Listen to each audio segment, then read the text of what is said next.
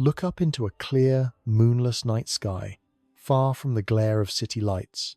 What you see is a serene, silent, and seemingly eternal spectacle. A velvet blackness, punctured by a few thousand pinpricks of steady light. For most of human history, this was the known universe. A celestial dome, a scattering of divine embers, a map for gods and goddesses. Our own sun was a special star, and our Earth was the center of it all. Even after we understood that those lights were distant suns, our perspective remained cozy. Our own collection of stars, this magnificent river of light we call the Milky Way, was thought to be the entirety of creation, a single, magnificent island of brilliance, floating in an endless, empty, and perhaps infinite cosmic ocean. This was the grandest stage we could imagine. 100 billion stars, perhaps 400 billion, a number so vast it defied genuine comprehension. Yet, it was a finite, knowable place. It was our home, our universe. But what if that perception was an illusion? What if our magnificent island of stars was just one island among others? A single grain of sand on a beach of unimaginable, perhaps infinite, size? The quest to answer this simple question, what is out there, would lead humanity on the most profound intellectual journey it has ever undertaken. It would shatter our cosmic solitude, expand our reality, and force us to confront numbers so large they strain the very limits of language and thought. The question transforms from "Are we alone?" to a far more staggering inquiry.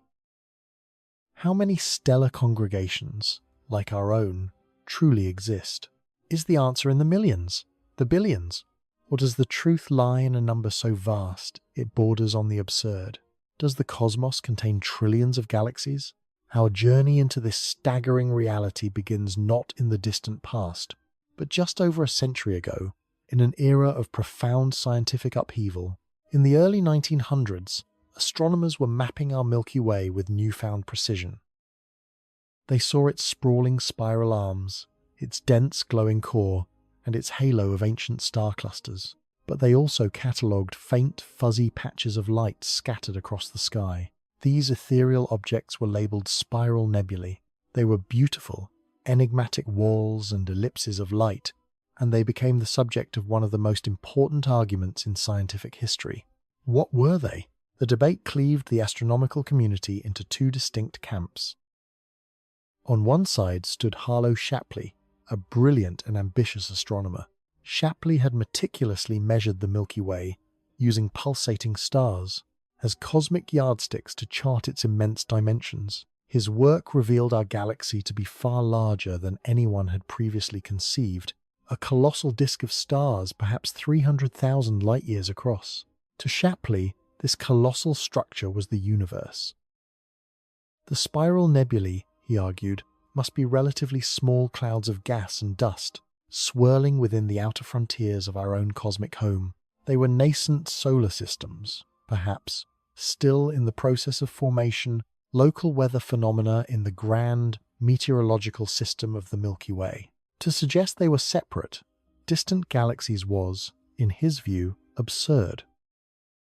It would imply a universe of such incomprehensible scale, and it would demote his grand Milky Way from the universe to merely a universe. On the other side was Heber Curtis, a more reserved and seasoned astronomer from the Lick Observatory. Curtis had spent years studying these spiral nebulae.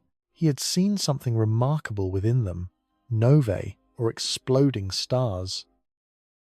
He noticed that the novae appearing in these nebulae were consistently, dramatically fainter than the novae observed within the known confines of the Milky Way. There was a simple, yet profound, explanation for this discrepancy. If you see two explosions of similar intrinsic power, and one appears much dimmer, it must be vastly farther away. Curtis argued that these nebulae were not nearby gas clouds at all.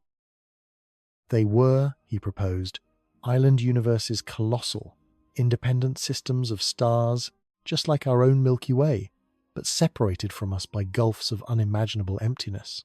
He believed Shapley had miscalculated the size of our galaxy, and that the true cosmos was a federation of these stellar empires.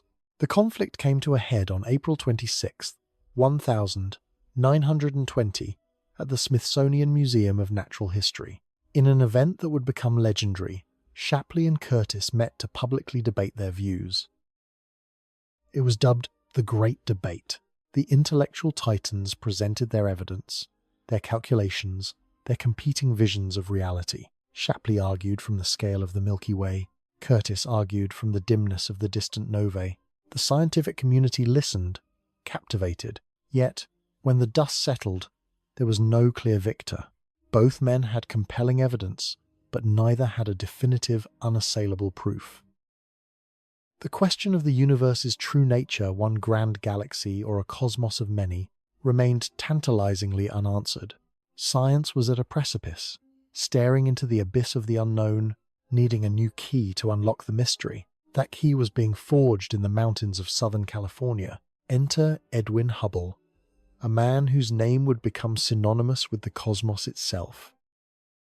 Hubble was a complex figure, a former lawyer, a Rhodes Scholar, an athlete who cultivated the accent of an English aristocrat despite being from Missouri. But above all, he was a patient, meticulous, and brilliant observer. His instrument was the most powerful telescope on Earth, the 100-inch Hooker telescope at Mount Wilson. Perched high above the shimmering haze of Los Angeles, this technological marvel was humanity's greatest eye on the universe. On cold, clear nights, Hubble would guide the colossal machine, capturing the faint, ancient light from the most enigmatic of the spiral nebulae, Andromeda. He wasn't looking for novae, which were fleeting and unpredictable. He was hunting for something far more valuable, a cosmic treasure known as a Cepheid variable star. To understand the power of a Cepheid, one must first grasp the fundamental problem of cosmic distance. Looking at a star, you cannot know if it is a faint star that is close by or an immensely powerful star that is very far away. It's like seeing a single headlight on a dark road. Is it a bicycle 100 feet away or a freight train a mile away? Without a second piece of information, you simply cannot tell. A Cepheid variable provides that second piece of information. These are special, aging stars that have a remarkable property, discovered by astronomer Henrietta Leavitt. They physically pulse, growing larger and smaller, brighter and dimmer, in a perfectly regular rhythm. Leavitt's groundbreaking discovery was that the speed of this pulsation is directly and unshakably linked to the star's true intrinsic brightness. A Cepheid that pulses rapidly is intrinsically dim. One that pulses slowly, over weeks or months, is a true luminous giant. This relationship provided the ultimate cosmic yardstick. It was akin to discovering that every 100 watt light bulb in the world flashed on and off at a specific rate, say once per second, while every 50 watt bulb flashed twice per second. If you saw a light bulb flashing in the distance, you could time its flashes.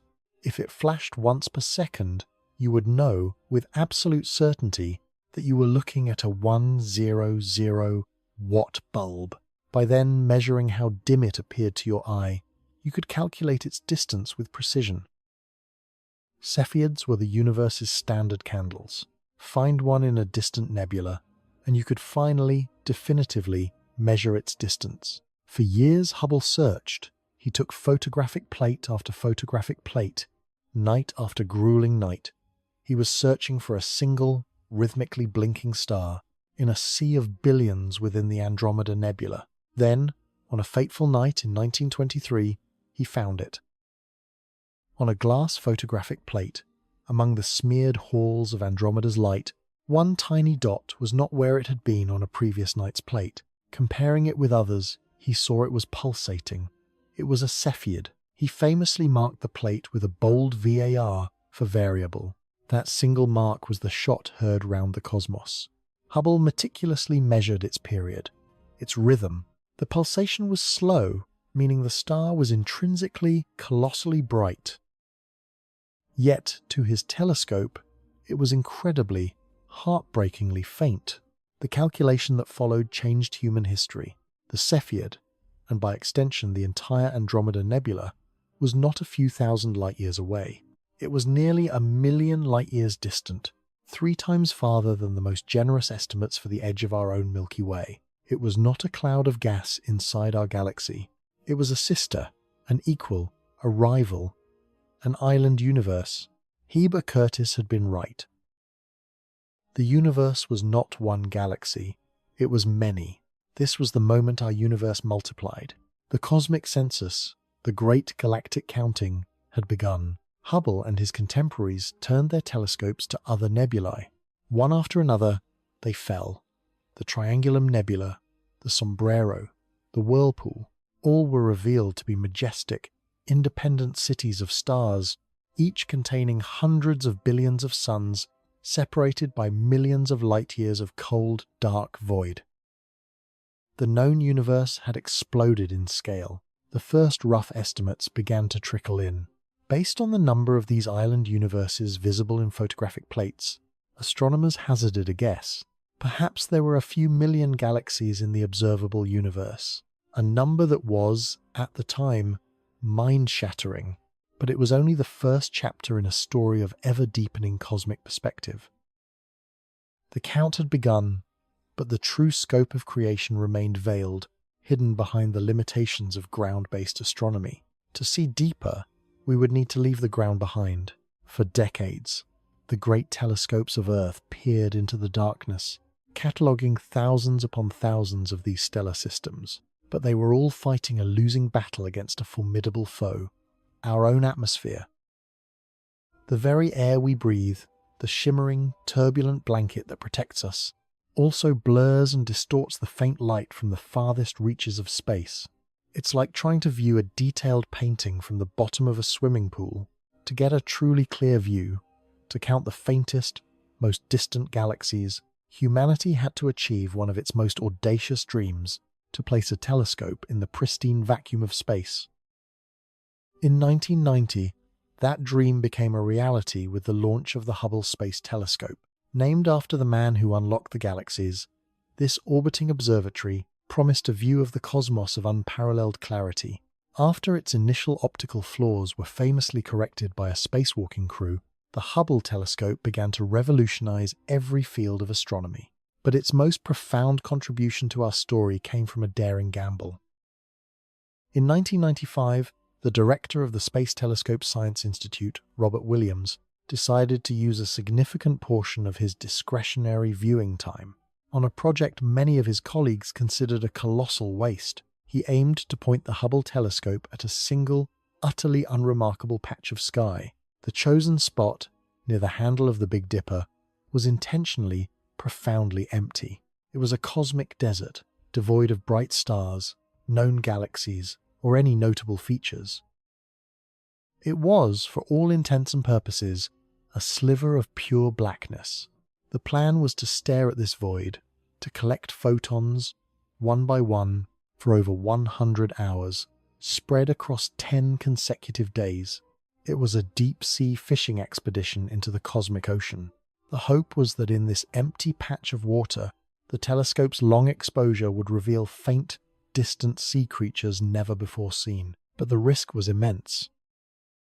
If the field truly was empty, the result would be a very expensive, very embarrassing, very black picture.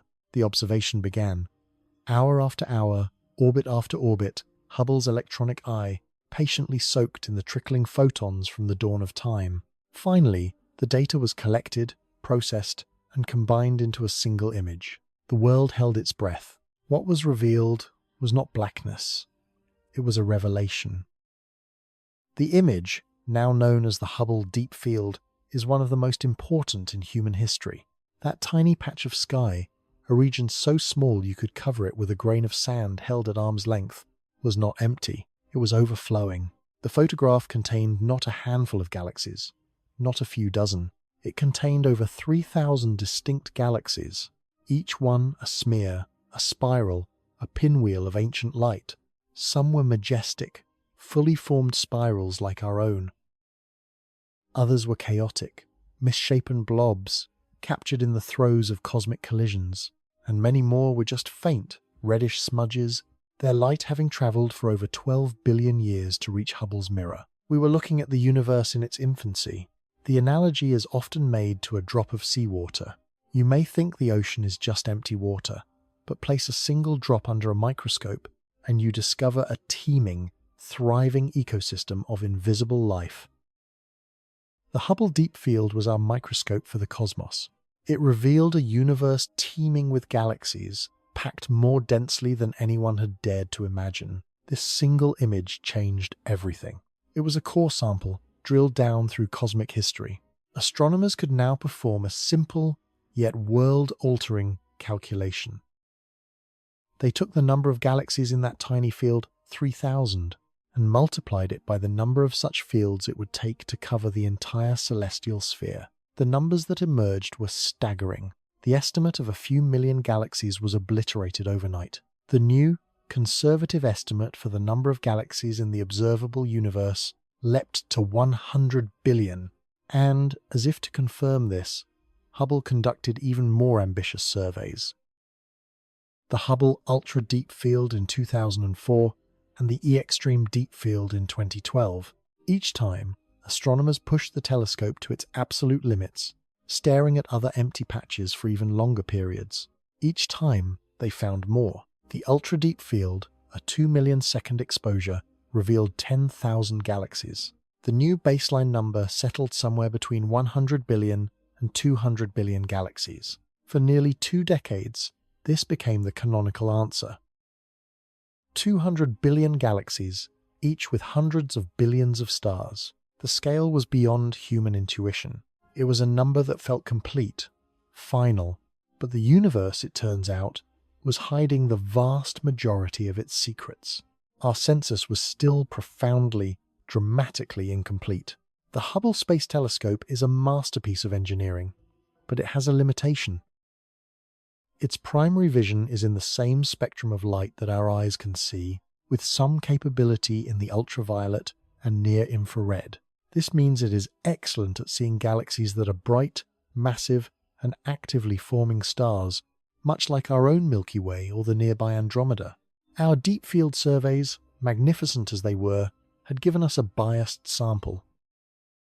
We were counting the cosmic equivalents of bright, bustling cities like New York and Tokyo, but we were almost entirely missing the countless small towns, villages, and remote hamlets. The most common type of galaxy in the universe is not a grand spiral like our own. It is a faint, unassuming, and incredibly difficult to spot system called a red dwarf galaxy. These are ancient, compact collections of old, small, reddish stars. They emit very little light, making them virtually invisible to our telescopes at great distances. A team of astronomers led by Christopher Consolis at the University of Nottingham began to suspect that our count of 200 billion was a dramatic underestimate. They realized we couldn't find the true number simply by counting what we could see. We had to account for the enormous population of what we times couldn't times see. Their approach was ingenious, a form of cosmic archaeology. They used the deepest images from Hubble and other observatories and combined this observational data with sophisticated computer models of how galaxies form and evolve over the 13.8 billion year history of the universe. They created a simulation that could chart the rise and fall of galactic populations over cosmic time. Their model worked backwards. They counted the galaxies we can see in our local cosmic neighborhood today. Then, using the laws of physics and theories of galaxy merger and formation, they extrapolated back in time, calculating how many more, smaller galaxies must have existed in the early universe, to eventually merge and build the larger galaxies we observe now. Imagine trying to determine the total number of people who have ever lived in a country. You could count the current population, but that wouldn't include all the past generations. To get the real number, you would need to use historical records, birth rates, and death rates to model the population growth and decline over centuries. Consolis's team was doing this for galaxies over the entire history of time. The results of their study, published in 2016, were nothing short of a cosmic bombshell. Their conclusion was that our existing telescopes, even the mighty Hubble, are only capable of seeing about 10% of the galaxies that should exist in the universe. 90% of the cosmic population is currently too faint, too small, and too far away to fall within our observational grasp. They are ghost galaxies, their ancient light stretched and dimmed by cosmic expansion into oblivion, beyond the reach of our current technology. When they factored in this vast, unseen population, the final number was breathtaking. The estimate for the total number of galaxies that have existed within our observable horizon was not 200 billion. The new calculation suggested that the universe contains, or once contained, at least 2 trillion galaxies. 2 trillion. The number is a monster. It is so far beyond our ability to grasp that it becomes an abstraction. Let's try to build a bridge to that immensity. If you were to count out loud one number per second without ever stopping to eat, sleep, or rest, it would take you 32,000 years to reach 1 trillion. The universe contains 2 trillion galaxies. If each of those 2 trillion galaxies contained, on average, a conservative 100 billion stars, the total number of stars in the observable universe is 200 sextillion. That is a 2 followed by 23 zeros. This number is larger than the total number of grains of sand on all the deserts and beaches of planet Earth. For every single grain of sand on our world, there are roughly 10,000 stars out there in the cosmos. The universe we thought was vast, at 200 billion galaxies, was merely the visible tip of a celestial iceberg of almost unbelievable proportions. Our reality had multiplied again, this time by a factor of 10, but this grand census is still far from over. The 2 trillion number is a theoretical calculation, a brilliant piece of detective work, but it is based on a model. To confirm it, to actually see these ghost galaxies from the cosmic dawn, we needed a new eye on the universe. An eye more powerful than Hubble, an eye specifically designed to capture the faint, stretched-out infrared light from the very first stellar congregations to ever form. That eye is now open, the James Webb Space Telescope. With its enormous, gold-plated mirror, Webb is a time machine of unprecedented power. It is engineered to peer back through the cosmic fog of the early universe and witness the birth of the very first galaxies. In its first years of operation, it is already delivering on that promise, and in doing so, it is complicating the picture once again. Webb is finding galaxies that are farther away and therefore older than any we have ever seen. But it is also finding something shocking. These primordial galaxies, from a time when the universe was just a few 100 million years old, are more numerous, more massive, and more structurally developed than our current models of galaxy formation predicted. It's like looking back at the early history of life on Earth and finding complex animals, long before you expected even single-celled organisms to exist. This doesn't invalidate the 2 trillion galaxy estimate, but it forces us to refine our understanding of how quickly galaxies can assemble. The census is ongoing. The work continues. Webb may push the number even higher, or it may simply help us understand the complex family tree that led from a dense soup of primordial galaxies to the more structured cosmos we see today. And yet, there is one final, profound, and deeply unsettling twist to this story. The very tool that Edwin Hubble used to discover other galaxies, the fact that they are all moving away from us, holds a melancholy secret. The universe is expanding, and the farther away a galaxy is, the faster it recedes. There is a horizon, a point of no return, beyond which galaxies are moving away from us, faster than the speed of light itself. This doesn't violate Einstein's laws. Space itself is stretching, but it has a stark consequence. The light from those galaxies, which are part of our observable universe by definition, will never, ever reach us. Worse, galaxies that are visible to us today, near that edge, will continue to accelerate away. Eventually, their light will be so redshifted, so stretched, that it will become undetectable. They will, one by one, blink out of our sight. We live in a privileged cosmic moment. We are able to look out and see this vast, 2 trillion galaxy portrait of our universe's history. But in the far, far future, trillions of years from now, any intelligent beings living in our local group of galaxies will look out into the night sky and see almost nothing. The nearby galaxies will have merged into one supergalaxy, and every other galaxy in the universe will have expanded beyond the cosmic horizon, their light forever lost to the void.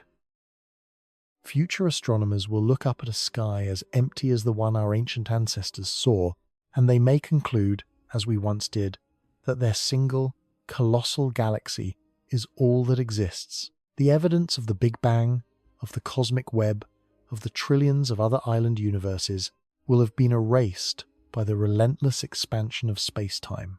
They will be trapped in a cosmic solitude that we, for this fleeting moment, have been able to transcend. So we return to our initial, simple question: how many galaxies are there? We have travelled from one, to millions, to billions, and now to trillions. But the true answer is more nuanced, more beautiful, and more tragic. The number depends on when you ask. The census is not a fixed tally, but a dynamic story of cosmic birth, growth, and eventual fading isolation. We are the fortunate generation, the first to glimpse the true, breathtaking scale of it all. We have learned that our home is not the center of creation, but a single mote of dust in a storm of 2 trillion galaxies. Each of these galaxies is a realm of possibility, of unimagined worlds, of untold stories. The search for a number has led us to the edge of comprehension, to a universe not just stranger than we imagine, but perhaps stranger than we times can times imagine. And as we continue to point our telescopes into the deep, we do so with a newfound humility and an inextinguishable sense of wonder at our small but spectacular place within it all.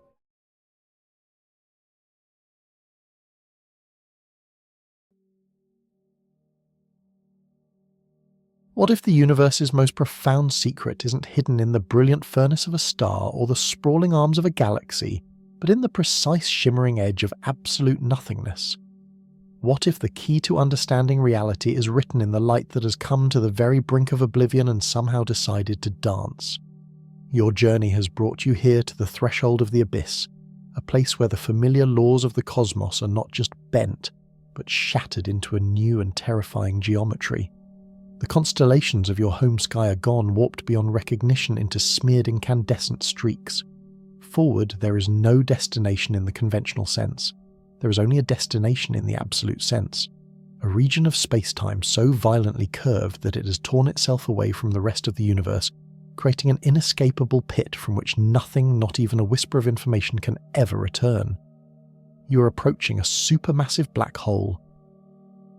The celestial sphere around you is now a distorted canvas, a maelstrom of light drawn from every corner of the cosmos, all being funneled towards a single point of infinite gravitational tyranny. Stars that should be behind you are now visible in front of you, their light captured and bent around the colossal, gravitational lens ahead, creating a ghostly warped mirror of the heavens. It's a funhouse of cosmic proportions, beautiful and deeply unsettling, a visual symphony of Einstein's most profound prediction made manifest. The silence in your vessel is absolute, yet you can almost feel the hum of space-time itself strained to its breaking point. This is the domain of the Titan, a gravitational leviathan millions or even billions of times more massive than our own sun holding court in the heart of a galaxy. Its presence is not announced by light, but by the profound and unsettling absence of it. A perfect circular void hangs in space. A hole punched through the fabric of reality. This is the black hole's shadow, the silhouette of its event horizon cast against the tortured light of the universe behind it. That dark circle, the event horizon, is the most famous feature of this cosmic monster. It is a one-way membrane, a theoretical surface that marks the point of no return. Cross it and your future contains only one possible direction inward toward the singularity. Every particle, every photon, every thought that breaches this boundary is irrevocably lost to our universe, its story terminated. For generations we have conceived of black holes as pure takers, cosmic vultures that consume without end and give nothing back. We have defined them by their darkness, their insatiable appetite, their finality. It is the ultimate prison where the warden is gravity itself and the sentence is eternal. The escape velocity here exceeds the speed of light, a physical impossibility that renders all attempts at flight utterly meaningless. It is an idea so stark, so absolute, that it has captured our imagination and our fears for over a century. We imagine a plunge into pure, featureless black, a final, silent descent into the unknown. But that understanding, that stark image of a simple fall into darkness, is incomplete. It misses the most exquisite, the most paradoxical, and perhaps the most informative feature of this entire mind-bending region. Before you reach that terminal boundary of the event horizon, just skimming the edge of forever, something extraordinary exists. It is not a structure of matter nor a cloud of gas. It is a phantom, a ghost made of pure light. A razor-thin, impossibly bright, endlessly complex ring of fire. Look closer. Within the chaotic swirl of the accretion disk, that superheated donut of doomed material spiraling inward, and just outside the perfect black of the event horizon, there is a line of pure, brilliant intensity. This is the last light you can see, the final photon you could ever witness before the universe winks out. This is the photon ring. It is a celestial tightrope walked by particles of light. Imagine a photon born in a star 1 billion years ago that has travelled across intergalactic space on a journey of unimaginable scale. Its path by pure cosmic chance brings it not into the black hole, nor on a course that will safely bypass it, but to a place of perfect, terrifying equilibrium. It skims the abyss at just the right distance, precisely 1.5 times the radius of the event horizon for a non-spinning black hole, where the gravitational pull is so exquisitely balanced that the photon is neither immediately captured nor allowed to escape. Instead, gravity seizes the straight path of the light and bends it into a perfect circle. The photon is trapped. It is now in orbit. Not like a planet around a star held by a gentle gravitational tether, but like a race car on a banked track of pure space-time curvature forced into an eternal loop at the speed of light. This is not just one photon. It's a collection of countless trillions of them, each arriving from a different time and a different place, all captured on this gravitational precipice. Some may have been travelling for only a few minutes, originating from the nearby accretion disk. Others may be ancient wanderers, their light having left a distant galaxy, when the universe was just a fraction of its current age. They all meet here at the edge of the void, their vastly different histories converging into a single, shimmering, eternal present. The photon ring is therefore not just a place, it is a repository of cosmic memory. It is a film reel of the universe's history playing on a loop for an audience that can never get close enough to see it clearly. Every photon in that ring is a messenger carrying a story of its origin, a snapshot of a star, a galaxy, a quasar now held in gravitational stasis. What would you see if you could get closer, if you could resolve the structure of this ethereal halo? You would witness something straight out of a fever dream. Because the light in the ring has orbited the black hole, it can show you things that are physically behind it. A photon might leave the back of your own head, travel forward a loop once completely around the black hole, and then enter your eye from the front. You would quite literally see the back of your own head. Look into the ring and you would see the entire universe reflected not once, but an infinite number of times. The light that has completed one orbit creates a faint, ghostly image of the cosmos. The light that has managed to survive for 2 orbits creates a second, fainter, more compressed image nested inside the first. 3 orbits, a third image. 4, a fourth. The photon ring is a set of nested Russian dolls made of pure light, a fractal boundary containing an infinite number of thinner, fainter rings, each one a more distorted and time-delayed map of everything in existence. It is the universe folded in on itself, compressed into a sliver of incandescent perfection. This structure, this delicate gravitational gyroscope, is a direct consequence of Albert Einstein's theory of general relativity. His revolutionary idea, now the bedrock of modern cosmology, reimagined gravity not as a simple force pulling objects together, but as the curvature of a 4-dimensional fabric called space-time. Matter and energy, he proposed, tell space-time how to curve, and the curvature of space-time tells matter and energy how to move. A planet orbiting a star is simply following a straight line through the curved space-time created by that star's mass. A black hole represents the most extreme expression of this principle. It is a region where an immense mass has been crushed into an infinitesimally small point, creating a gravitational curvature so profound that it becomes a bottomless well in the fabric of reality. The photon ring exists at the lip of this well. It is the last stable place, the final circular path that anything, even light, can take. Any closer, and the slope becomes too steep. Any closer, and the fall is inevitable.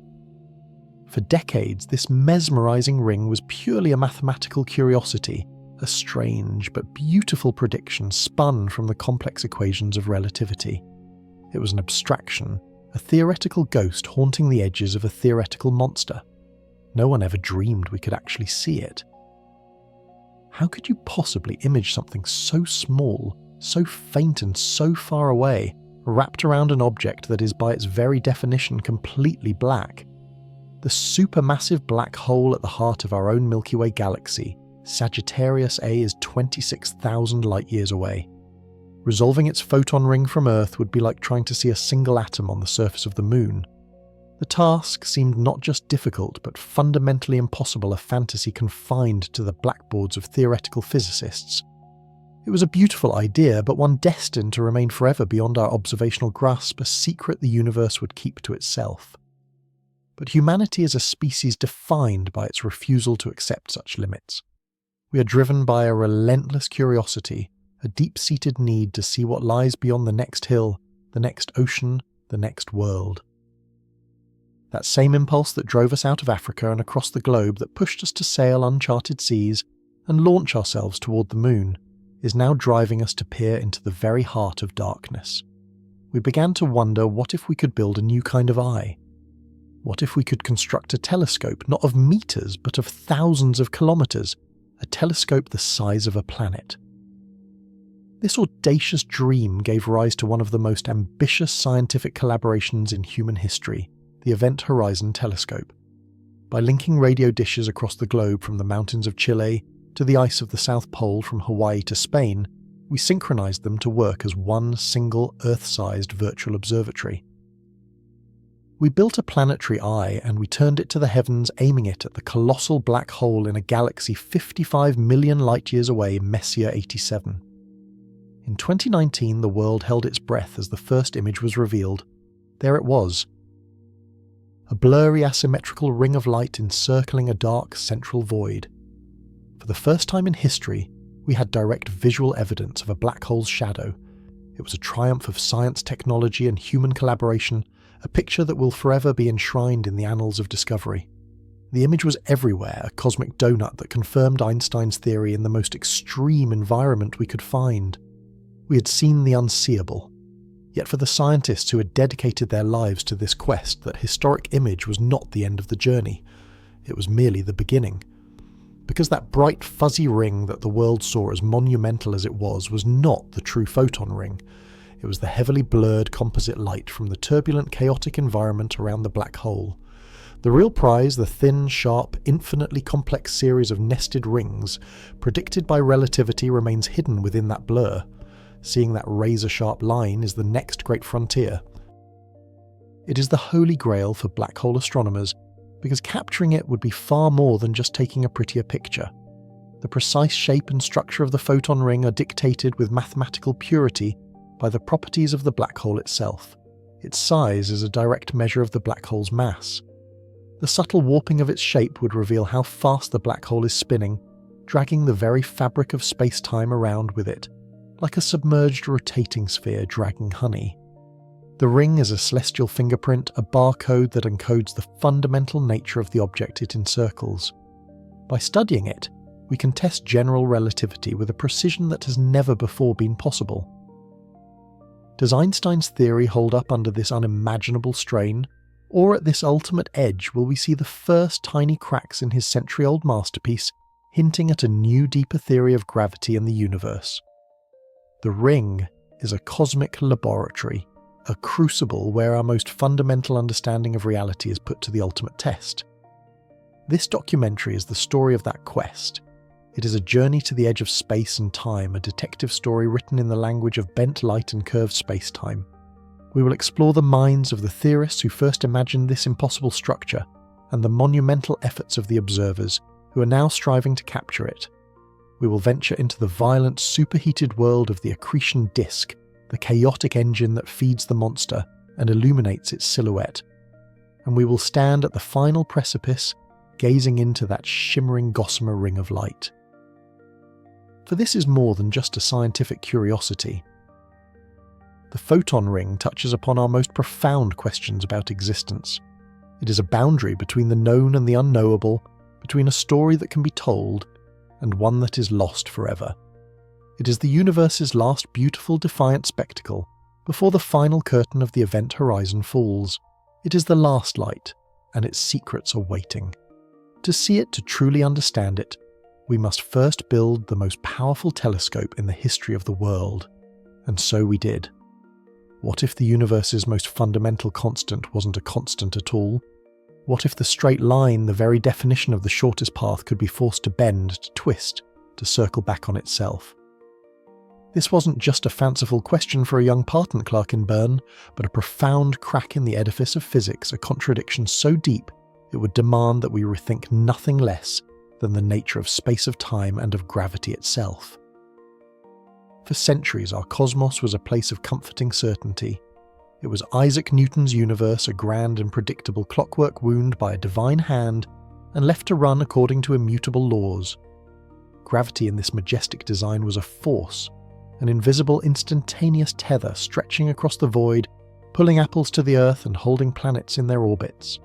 It was a simple, elegant and powerful idea that described our world with breathtaking accuracy for over 200 years. It was also, as Albert Einstein would come to realize, profoundly wrong. The problem wasn't in the results. Newton's equations worked. They could guide a ship, predict an eclipse, and explain the tides. The problem was conceptual, a deep logical inconsistency that gnawed at the very heart of what we thought we knew. The flaw was light. According to the physics of the day, light was pure energy. It was massless. And if gravity was a force that acted only on mass, then light should be utterly immune to its pull. A beam of starlight on its journey across the cosmos should fly perfectly straight, indifferent to the colossal stars and galaxies. It passed its path an unerringly perfect line. But Einstein, wrestling with his new theory of special relativity, suspected this couldn't be the entire story. A deeper principle was at play, an idea he would later call the happiest thought of his life. It was a thought experiment of brilliant simplicity. Imagine you are in an elevator, a sealed box with no windows. Suddenly you feel your feet press firmly against the floor. Are you sitting on the surface of the Earth held by its gravity? Or are you in deep space in an elevator being accelerated upwards by a powerful rocket, the inertia of your own body creating the sensation of weight? Einstein's revolutionary insight was that from inside the box there is no experiment you could possibly perform to tell the difference. Acceleration and gravity, he declared, were fundamentally indistinguishable. They were two sides of the same coin. This, the principle of equivalence, was the key that unlocked everything. If acceleration and gravity were the same, then what happened in one frame of reference must also happen in the other. Now imagine you are back in that accelerating elevator in deep space. A mischievous physicist outside drills a tiny hole in one wall and shines a laser beam straight across. From the physicist's perspective, the light travels in a perfect line. But from your perspective, inside the accelerating box, the floor is rushing upwards to meet the light beam. By the time the light reaches the far wall, the elevator has moved up. The beam will not strike the wall at the same height it entered, it will strike slightly lower. To you inside the box, the path of light has not been straight. It has curved, it has followed a gentle downward arc, and now the stunning conclusion of that happiest thought. If you cannot tell the difference between acceleration and gravity, and if a beam of light curves in an accelerating reference frame, then it must also curve in a gravitational field. Light, even with no mass, must bend. Gravity was not a force pulling on things. It was something far more profound, far more woven into the world. Einstein had to abandon the old comfortable ideas of an empty stage on which the drama of the cosmos unfolded. He realized that space wasn't an empty container. And time wasn't the universal ticking clock everyone assumed it to be. They were bound together a single dynamic entity, space-time. This four-dimensional landscape was the true stage of the universe, and it wasn't rigid. It was active, flexible, malleable. He gave us a new metaphor, one we still use to this day. Imagine space-time as a vast stretched rubber sheet. In a region far from any matter, the sheet is flat. An object moving across it like a marble travels in a straight line. But now place a heavy bowling ball in the centre of that sheet. The fabric of space-time itself distorts, it sags, it curves. Now when you roll a smaller marble nearby, it no longer travels in a straight line. Its path is deflected by the curvature created by the larger mass. It appears to be attracted to the bowling ball orbiting it, but there is no mysterious force pulling it. The marble is simply following the straightest possible path through a space that has been warped. This was Einstein's general theory of relativity. Mass does not create a force called gravity. Mass tells space-time how to curve, and the curvature of space-time tells mass how to move. It was an idea of staggering elegance and cosmic grandeur. It explained everything Newton's theory did, but with a deeper truth. It accounted for tiny anomalies in Mercury's orbit that had puzzled astronomers for decades. And it made a series of wild, testable predictions. None was more audacious than its claim about the path of light. If gravity was truly the warping of space-time, then the light from a distant star passing close to our own sun should have its path bent by the sun's immense gravitational dimple. The star wouldn't have moved, but from our vantage point on Earth it would appear to be in a slightly different position in the sky. The effect would be minuscule, a deflection so tiny that it would be utterly swamped by the blinding glare of the sun itself. To see it to test Einstein's radical new vision of the cosmos, you would need to block out the sun's light while leaving the stars around it visible. You would need a total solar eclipse. In 1919, a British astronomer, Arthur Eddington, set out on a grand expedition to do just that. The world was still reeling from the Great War, a conflict that had pitted British and German scientists against each other. But Eddington, a Quaker and a pacifist, saw a chance not just for a scientific triumph, but for a moment of human reconciliation, a British astronomer voyaging to prove the theory of a German physicist. He led two teams to opposite sides of the Atlantic, one to Sobral in Brazil, the other to the island of Principe off the coast of West Africa. They were there to chase a shadow to wait for that fleeting moment when the moon would perfectly obscure the sun, revealing the stars of the Hyades cluster, which would be positioned right beside the solar limb. The tension was immense. The photographic plates were heavy and fragile. The tropical weather was a constant threat. In Principe, where Eddington himself was stationed, the morning of the eclipse was cloudy and fraught with storms. For agonizing hours it seemed the entire venture might be a failure. Then just as totality began, the clouds parted. A ghostly pearlescent corona bloomed in the suddenly dark sky. Frantically, Eddington and his team began exposing their plates, capturing the faint pinpricks of starlight from behind the eclipsed sun. They were photographing the shape of space itself. Months later, after painstaking analysis back in England, the results were announced at a packed meeting of the Royal Society. The starlight had indeed been bent, and the amount of deflection was not what Newton's older ideas would have suggested. It matched the predictions of Einstein's warped space-time almost perfectly. The headlines were sensational. Revolution in science, one paper declared. New theory of the universe, Newtonian ideas overthrown. Einstein overnight became a global icon. His abstract mathematical daydream had been shown to be the literal architecture of our reality. Space and time were not fixed. They were a dynamic fabric that could be bent and shaped by mass. But if the gentle gravity of our sun could warp space-time enough to visibly bend starlight, it begged a terrifying new question. What would happen in the presence of truly extreme gravity? The answer had already been found, though few at the time could grasp its monstrous implications. In 1915, just months after Einstein published his equations, a German physicist named Karl Schwarzschild found the first exact solution to them. He did this extraordinary work while serving on the Russian front calculating complex tensor equations, amidst the deafening roar of artillery fire. His solution described the gravitational field outside a single, non-rotating, spherical mass like a star. But buried within his mathematics was something bizarre, something that seemed more like a pathology than a physical reality. Schwarzschild's equations showed that if you could compress any mass down to a small enough size, the Sun, to a width of just a few miles the Earth to the size of a sugar cube, something incredible would happen. The curvature of space-time around it would become infinite. It would in effect punch a hole in the fabric of reality. The object would collapse under its own gravity, forming what he called a singularity, a point of infinite density, and surrounding this point would be a one-way membrane, a surface of no return. We call it the event horizon. For decades, this idea was treated as a mathematical curiosity. Even Einstein himself refused to believe it could be real. The universe, he thought, must have some built-in safety mechanism to prevent such a complete and total gravitational collapse. But the math was relentless, and it led to an even more ghostly prediction, a direct consequence of light bending in this ultimate gravity well. Imagine you are watching a beam of light as it grazes past one of these hypothetical objects, what we now call a black hole. If the light is far away, its path is only slightly deflected, much like the starlight in Eddington's experiment. It continues on its journey, slightly perturbed but otherwise free. But as you aim the beam closer and closer to the object, the bending becomes more and more severe. The curvature of space-time is like a deepening whirlpool. A beam that passes too close is inevitably captured, dragged across the event horizon, and lost from our universe forever. Between the path that escapes and the path that falls in, however, there must exist a boundary.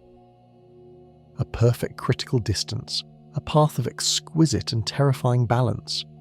At a precise distance from the centre of the black hole, exactly 1.5 times the radius of its event horizon, the curvature of space-time is so perfectly warped that it can bend light into a circle. A photon arriving at this exact altitude, with this exact trajectory, will not escape, nor will it immediately fall in. Instead, it will be forced into a permanent circular orbit. This is the photon sphere.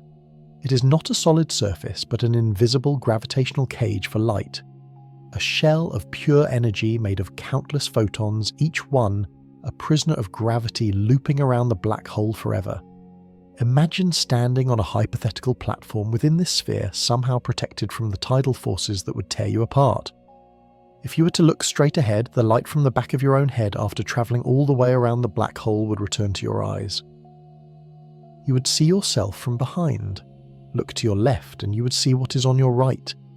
The entire universe would appear distorted, wrapped around you in a kaleidoscopic hall of mirrors.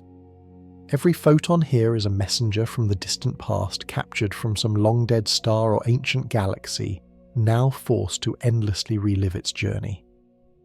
It is a realm where light, the fastest thing in the universe, is brought to a standstill in its outward journey, its immense velocity perfectly counteracted by the inward plunge of space-time itself. It is light on a razor's edge. This orbit, however, is fundamentally unstable. It is the universe's most precarious balancing act. Like trying to balance a pencil on its sharpest point, the slightest disturbance from any direction spells doom. A photon whose path wavers infinitesimally outward will be flung away, escaping the black hole's grasp to carry its story across the cosmos. A photon that nudges ever so slightly inward will lose its battle. It will begin an unstoppable spiral, crossing the event horizon and descending into the singularity, its journey finally over. The photon sphere is therefore not just a place but a process. It is a flickering, shimmering halo populated by transient light. It is the final, desperate orbit possible for a particle of light before it is either lost forever or granted a final reprieve. Einstein's theory, born in a quiet office from a simple thought about a man in a falling elevator, had led us here. It predicted a place where the fabric of reality is so stressed that it can imprison light itself in an eternal dance on the brink of oblivion. For most of the 20th century, this remained pure speculation, a ghost in the machine of relativity. It was a masterpiece of mathematics, a symphony of theoretical physics. But was it real? Could we ever hope to witness this celestial blowtorch, this ghostly halo of captured light? How do you take a picture of something that by its very nature is on the edge of the deepest darkness in the entire universe? The prediction was on the books. The challenge had been thrown down. Now the hunt for the last light you could ever see would begin. So the mathematics held a breathtaking promise. A ring of pure light trapped in an eternal, frantic orbit at the edge of existence. For decades, however, that is all it was, a ghost haunting the margins of Einstein's equations, an elegant truth written in a language no telescope could yet read. general relativity had provided the map a stunningly precise blueprint for the most extreme environment in the cosmos, yet the territory itself remained unseen, shrouded in distance and darkness. The event horizon was by its very definition the boundary of the observable. And the photon ring balanced precariously on that knife edge seemed destined to remain a spectre of theory, a beautiful but ultimately frustrating footnote in the story of gravity. How do you even begin to look for something so small, so distant and so profoundly strange? How do you build an instrument capable of seeing the unseeable? For a long time, the chasm between the poetry of the equations and the hard reality of observation seemed utterly unbridgeable. We knew with unnerving certainty that these gravitational titans were out there devouring stars and shaping the destinies of galaxies. We could infer their presence from the frantic dance of orbiting stars or the colossal jets of plasma they hurled across intergalactic space, but we couldn't see their form. It was like trying to understand the nature of a whirlpool by only watching the debris circling its edge, never glimpsing the terrifying vortex at its heart. The problem was one of translation. The abstract four-dimensional space-time curvature described by Einstein needed to be converted into something we could comprehend a two-dimensional image. Light, a picture. That transformation, that crucial leap from mathematical symbol to visual reality, would not happen in an observatory dome or at the eyepiece of a telescope. It would happen inside a machine born from the humming heart of a new kind of science. The answer began not with steel and glass, but with silicon and code. Before we could hope to see a black hole with a real telescope, we first needed to teach a computer how to see one. This was the dawn of computational astrophysics, a field that would allow humanity to conduct experiments not in a lab, but in a digital universe of our own making. The pioneer of this digital voyage was a French astrophysicist named Jean-Pierre Luminet. In 1978, armed with an IBM 7040 mainframe, a primitive beast by today's standards with less processing power than a modern wristwatch, he embarked on an audacious quest. He sought to create the very first realistic image of a black hole not as a mathematical point, but as it would actually appear to a nearby observer. The task was monumental. He had to translate the complex interwoven equations of general relativity into a language the computer could understand, a series of instructions in Fortran and punch cards. He couldn't just take a simple snapshot. A black hole's gravity doesn't just bend light, it shatters and remakes the very concept of a straight line, twisting the fabric of space-time into a labyrinth. To simulate this, Luminet had to calculate the path of every single ray of light one by one, tracing its journey backward from a hypothetical camera's film to its origin in the distant cosmos. This technique, known as gravitational ray tracing, was painstakingly slow. The computer would spend hours, even days, meticulously tracking these phantom photons as they navigated the treacherous gravitational tides around the event horizon. Some light rays originating from a star far behind the black hole would be gently deflected, their paths curved as if by a cosmic lens. Others passing closer would be captured entirely, their journeys terminating in the singularity, contributing nothing but blackness to the final image. But a special few, those arriving at just the right angle, would be ensnared in that critical region we now know so well. They would be forced into orbit, circling the black hole one, two, or many times, before a fraction of them managed to escape and reach the virtual camera. These were the photons that would form the ring. After over a year of calculations running his program night after night, Luminet finally had his result. It was a grainy black and white image composed of thousands of individually calculated points. And it was a revelation. The simulation showed not just a black circle, but a complex, distorted, and strangely beautiful structure. It revealed an accretion disk of superheated gas, the matter spiraling to its doom, which was twisted into an impossible shape by the black hole's gravity. The part of the disk behind the black hole was gravitationally lensed into a glowing halo, arching over the top. The part of the disk in front was bent into a secondary image beneath it. And critically, the simulation confirmed the lopsided nature of the ring.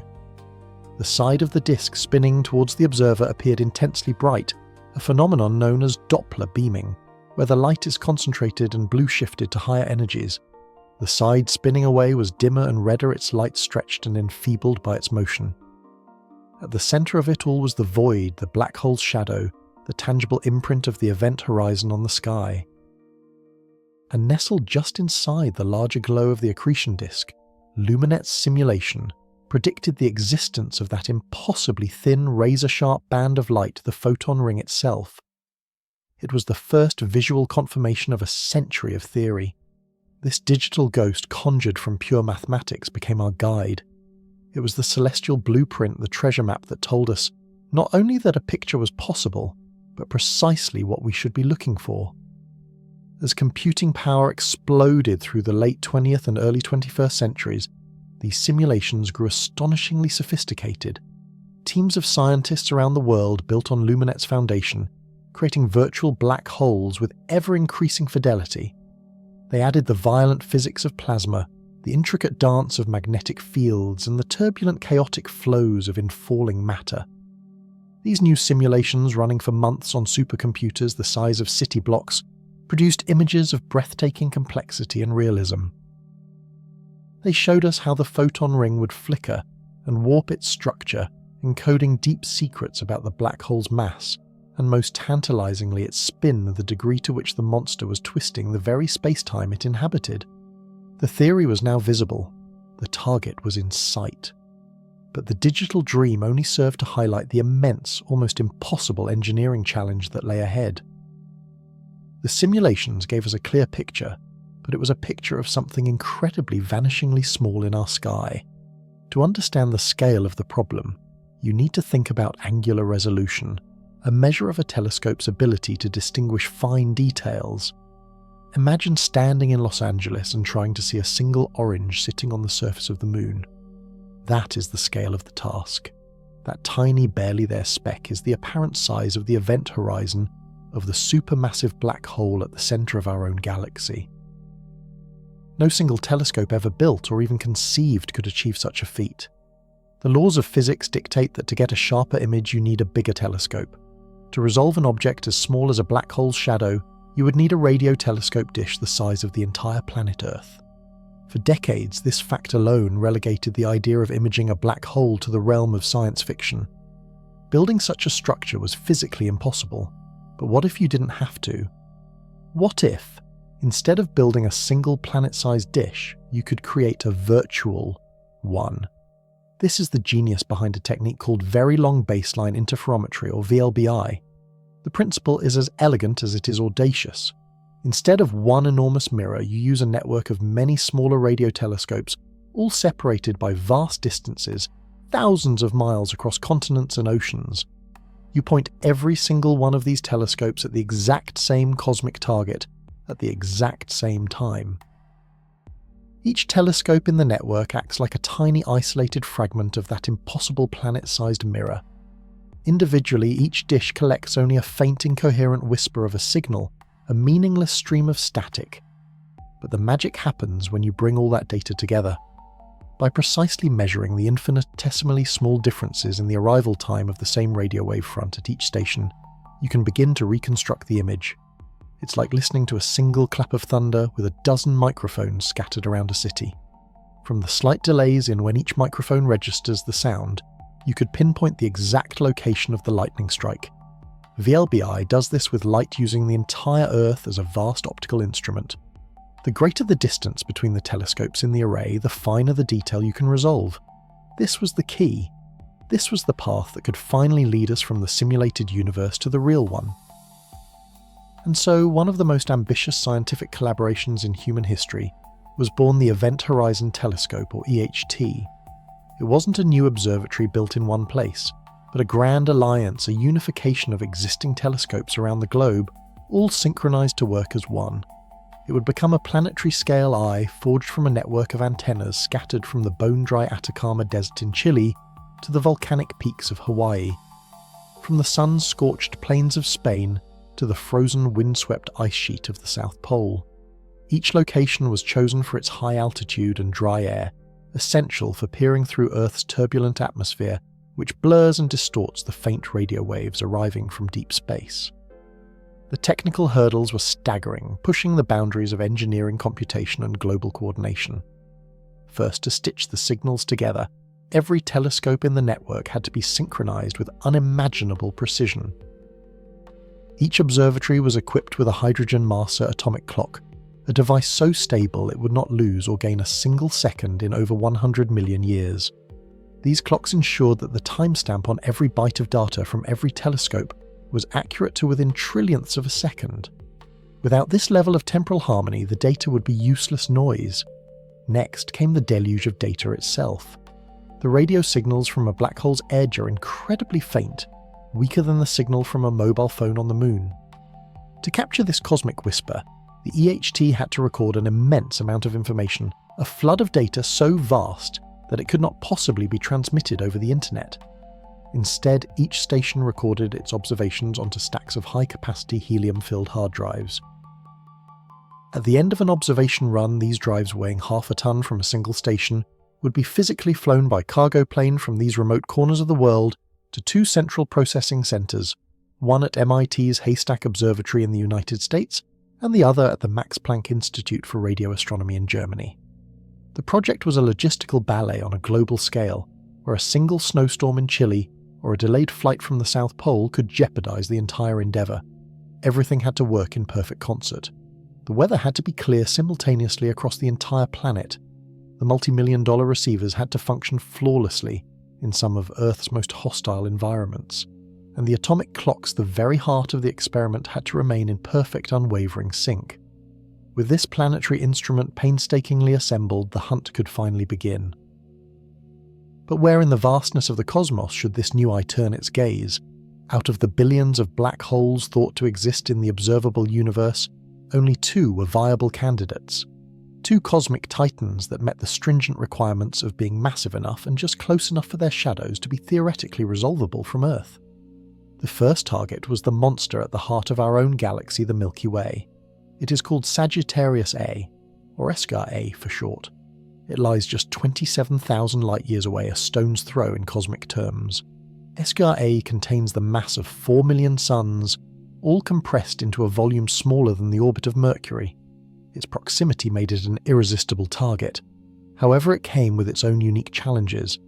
Looking towards the galactic centre from Earth is like trying to see a candle flame through a thick fog.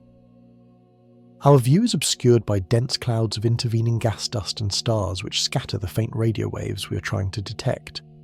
Furthermore, Escar A is a relatively small, supermassive black hole. Matter orbits it in a matter of minutes, not days, meaning its immediate environment is a furiously changing turbulent whirlpool. Trying to image it is like trying to take a long exposure photograph of a spinning top. The second target was a true leviathan.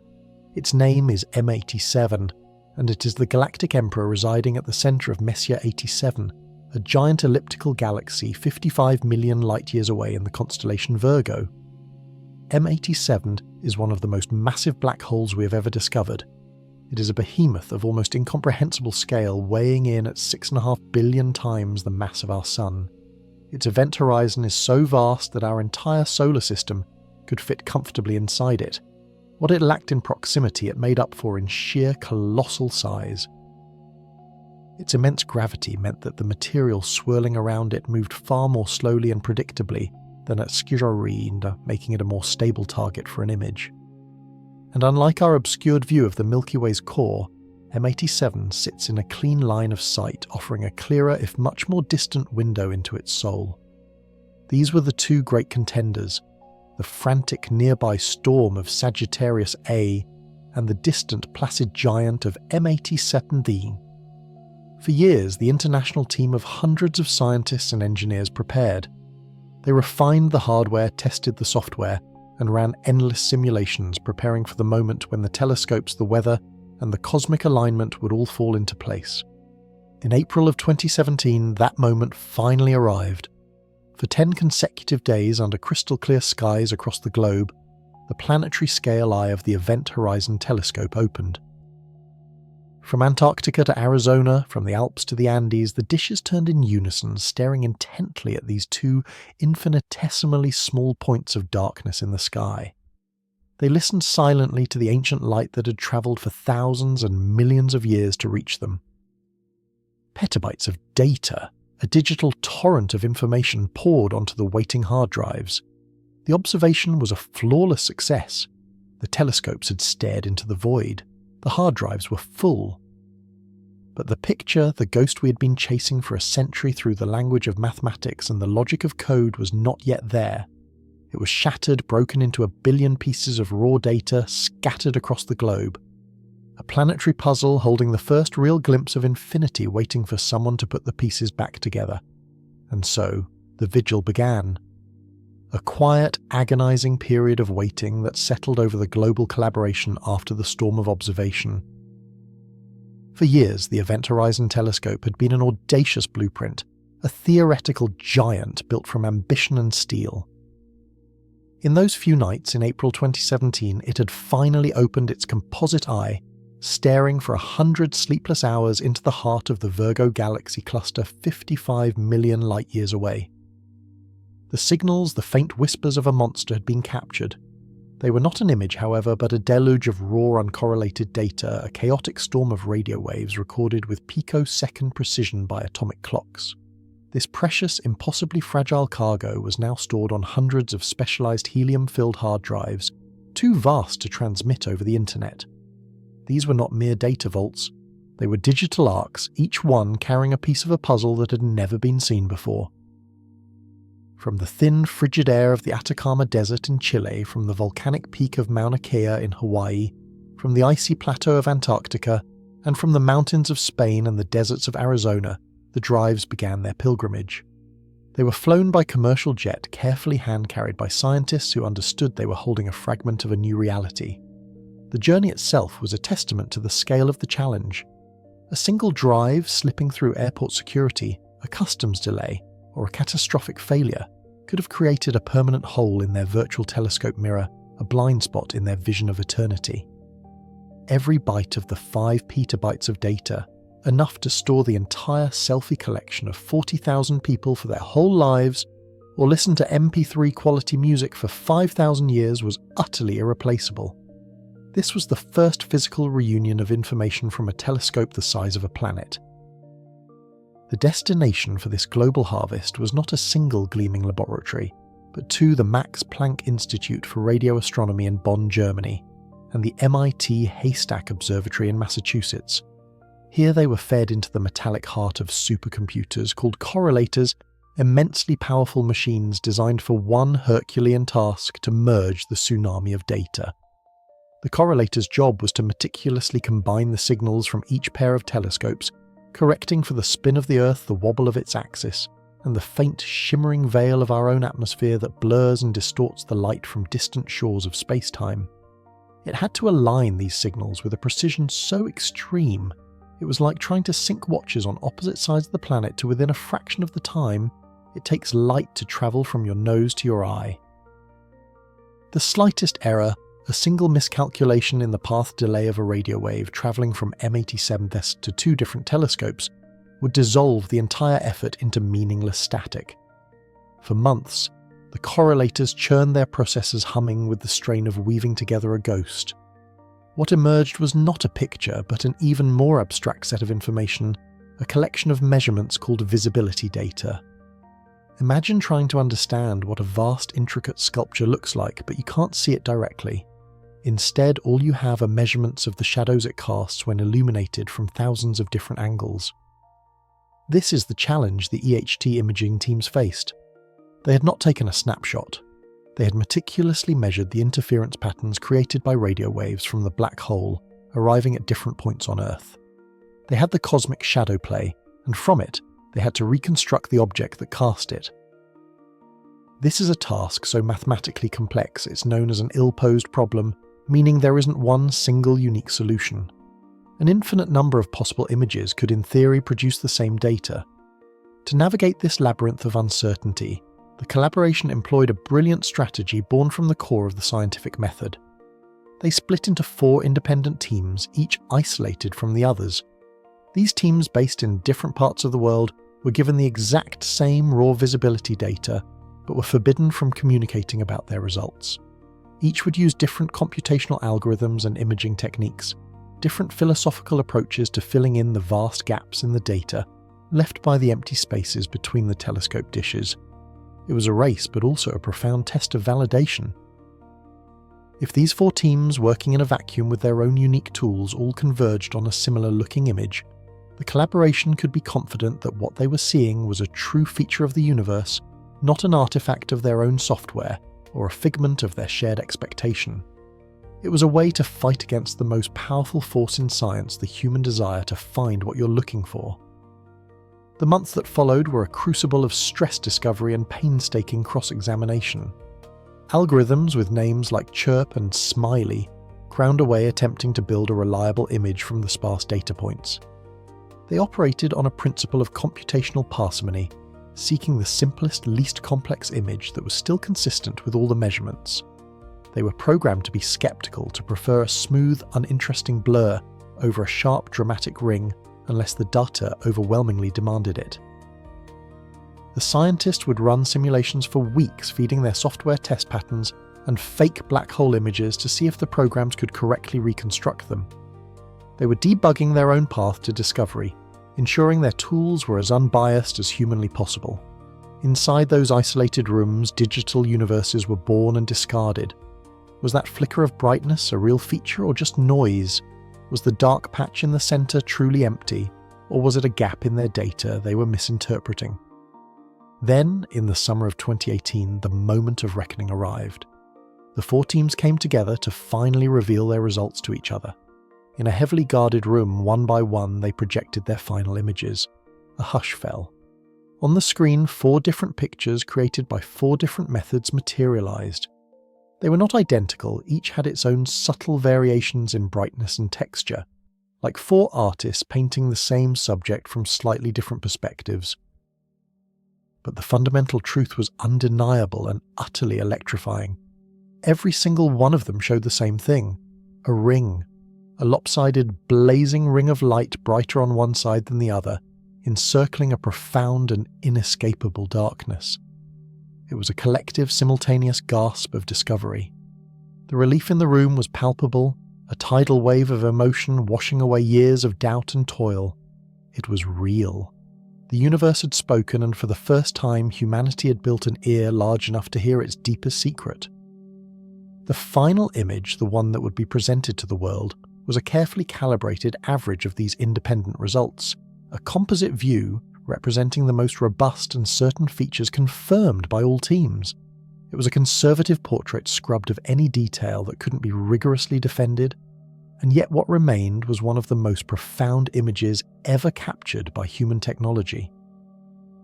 On April 10, 2019, at 6 simultaneous press conferences across the globe, the world held its breath. The screen lit up, and there it was, a circle of fire, a golden halo burning at the precipice of oblivion surrounding a perfect abyss. It was a fuzzy, imperfect donut of light, but it was our first direct visual evidence of a black hole's event horizon. It was the silhouette of a monster, the shadow of M87, cast against the brilliant backdrop of its own incandescent fuel. You could feel the shift in the world's understanding. A black hole was no longer just a mind-bending equation on a blackboard, or a clever animation in a science fiction film. It was a place. A real object with a size and a shape sitting in the heart of a galaxy obeying the laws of physics. The image was a stunning vindication for Einstein, whose theory of general relativity, formulated over a century earlier in a world without computers or space travel, had predicted the existence and the precise size of this shadow with breathtaking accuracy. Based on the mass of M87 Key, which astronomers had estimated by watching the orbits of stars around it, relativity dictated the exact diameter its shadow should have. When the EHT team measured their ring of light, the size matched the prediction perfectly. It was a cosmic bullseye, a triumphant confirmation that Einstein's bizarre, counterintuitive vision of warped space-time holds true even in the most violent and extreme conditions the universe can muster. But as the initial wave of awe subsided, a deeper, more nuanced understanding of the image began to take shape. For us on our quest for the photon ring, this groundbreaking picture was both a monumental victory and a tantalizing clue. What you're seeing in that famous image is not in fact the pure razor-thin photon ring itself.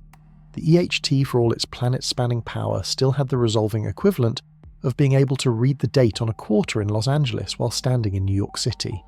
It's an incredible feat, but it is not enough to isolate the delicate substructure we're chasing. That thick, glowing band of light is a beautiful complex blend of several phenomena happening at once. Primarily, it is the direct emission from the accretion disk, the swirling vortex of gas and dust being heated to billions of degrees as it spirals toward its doom. We are seeing the light from the plasma itself, a celestial blowtorch of unimaginable scale. But that historic, breathtaking ring of fire, the first portrait of a ghost. For a moment, humanity simply stood in collective awe. We had done it.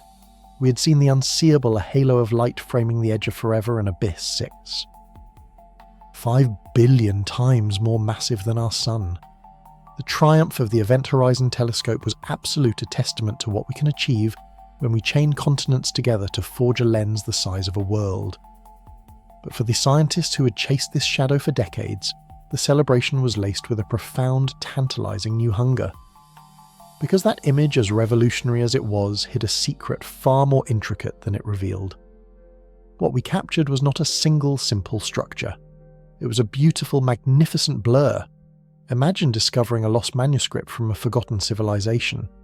The text is revolutionary, promising to unlock the deepest secrets of their world. But the ink has run, the pages are smeared, and multiple texts have been written one on top of the other, their meanings overlapping into a single, almost illegible whole. This is the challenge that faced the EHT collaboration in the wake of their success. The image of M8070 is not the photon ring. Rather, it is a cosmic palimpsest, a superposition of light from different journeys, each telling a different story about the monster it orbits.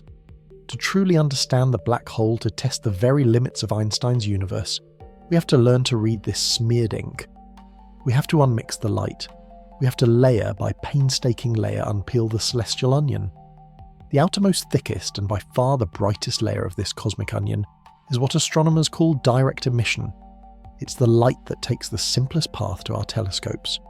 This is the raw, untamed glare of the accretion disk itself, the swirling vortex of gas and plasma, being heated to billions of degrees as it spirals towards its doom.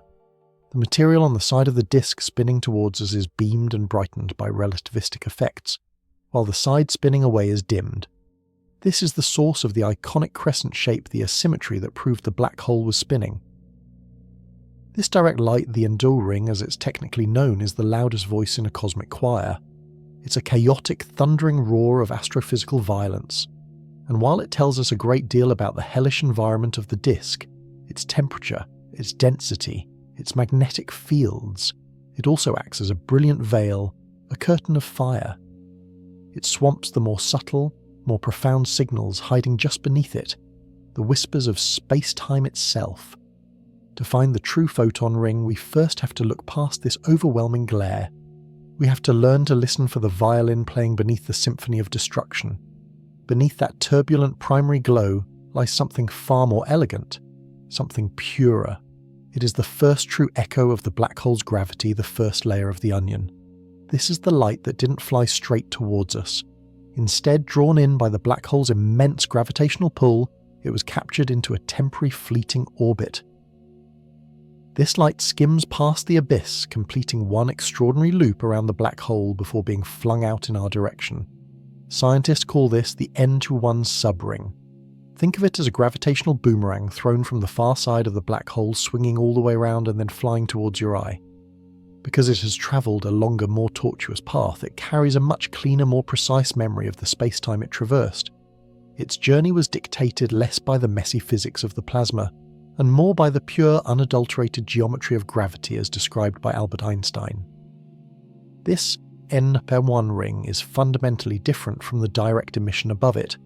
Theory predicts it should be dramatically thinner, a sharper, more delicate circle of light nested within the broader diffuse glow. It is a direct tracing of the gravitational contour lines of the void. Its precise diameter and shape are not determined by the chaos of the disk, but by the two most fundamental properties of the black hole itself, its mass and its spin. Finding this ring, isolating it from the glare of the direct emission, is the critical next step. It is the first glimpse of the black hole's true gravitational face stripped of its fiery makeup. It is the transition from seeing the weather around the mountain to seeing the shape of the mountain itself.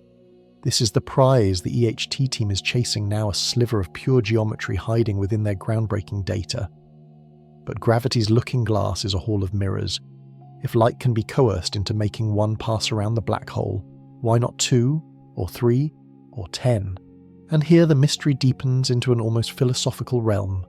Hiding beneath the N1 ring there must be another, an N2 subring comprised of photons that have executed 2 full orbits before making their escape.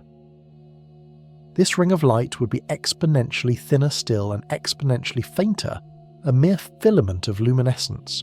It is the echo of an echo, and beneath that an N3 ring from 3 orbits, and an N4 ring. The sequence continues on an infinite progression of ever finer, ever dimmer rings, each one a record of photons that danced ever closer to the event horizon, that spent more time caught in the gravitational waltz before being spun back out into the cosmos. Each layer of the onion we peel back reveals a light that has taken a more extreme, more perilous journey. These higher-order rings are the faint ethereal whispers of the abyss. This infinite stack of rings, each nested within the last, converges on a single perfect razor-thin circle, a line of 0 thickness. This is the photon sphere, the critical curve made manifest. It represents the light that has made an infinite number of orbits, the photons balanced on a gravitational knife's edge between capture and escape. We can never see this infinite ring directly, but its ghostly presence defines the structure of all the rings we can see. It is the fundamental boundary, the mathematical soul of the shadow. The entire series of rings, this incredible nested structure, is the true photon ring. It is a cosmic fingerprint, a barcode imprinted upon light by the very fabric of space-time. And if we could measure it, if we could resolve these individual subrings, we would be holding a Rosetta Stone for gravity. The precise spacing and relative brightness of these rings are predicted with stunning accuracy by the equations of general relativity. Measuring them would not just be a confirmation of the theory, it would be the most precise and stringent test ever devised, conducted in a laboratory where gravity is stretched to its breaking point. So how do you find an infinitesimally thin set of rings hidden within a blurry, noisy image? You cannot simply zoom in or increase the contrast. The current resolution of the Event Horizon Telescope is not sharp enough to separate these nested features visually. The rings are smeared together, their light blended into the single thick band we observe. The solution is not in optics, but in mathematics. It is a work of cosmic forensics. Scientists turn to what they know with near certainty, the physics of general relativity. Using supercomputers, they build a library of theoretical black holes. They create thousands of virtual M87s each, with a slightly different mass, a slightly different spin, and a different model for the accretion disk. For each of these virtual black holes, the computers calculate exactly what the stack of photons subring should look like. They generate a precise idealized image of the N00, N1, N02 rings, and so on, all stacked together. Then they simulate what the Event Horizon Telescope, with all its real-world limitations, would see if it looked at that perfect theoretical image. They blur it, add noise, and account for the gaps in their planetary array. The result is a collection of fingerprints, a vast catalogue of blurry rings, each one corresponding to a unique black hole. The final heroic step is to compare this synthetic library to the real data from M87 chaos. They search for a match. It's an act of reverse engineering the cosmos, of finding the one theoretical model out of thousands that, when appropriately blurred, perfectly recreates the image we actually saw. It's like hearing a chord played on a piano and trying to deduce the individual notes by knowing the physics of how a piano works. Early analyses using this very technique have already yielded tantalizing hints, suggesting the faint signature of the N1 ring is indeed present in the data, just waiting for a sharper eye to be teased out. There is another, even more subtle way to hunt for these hidden signals. It involves looking not at the final image, but at the raw data from which it is made. The EHT doesn't take a photograph in the traditional sense. Each pair of telescopes in the array measures a tiny piece of the light wave pattern, a quantity called a visibility. All of these measurements are collected in a complex mathematical landscape known as Fourier space. An image with broad, blurry features like the direct emission from the accretion disk creates a signal that is strong for short baselines telescopes that are close together, but fades away quickly for long baselines. But a sharp, thin feature like a photon subring does something magical.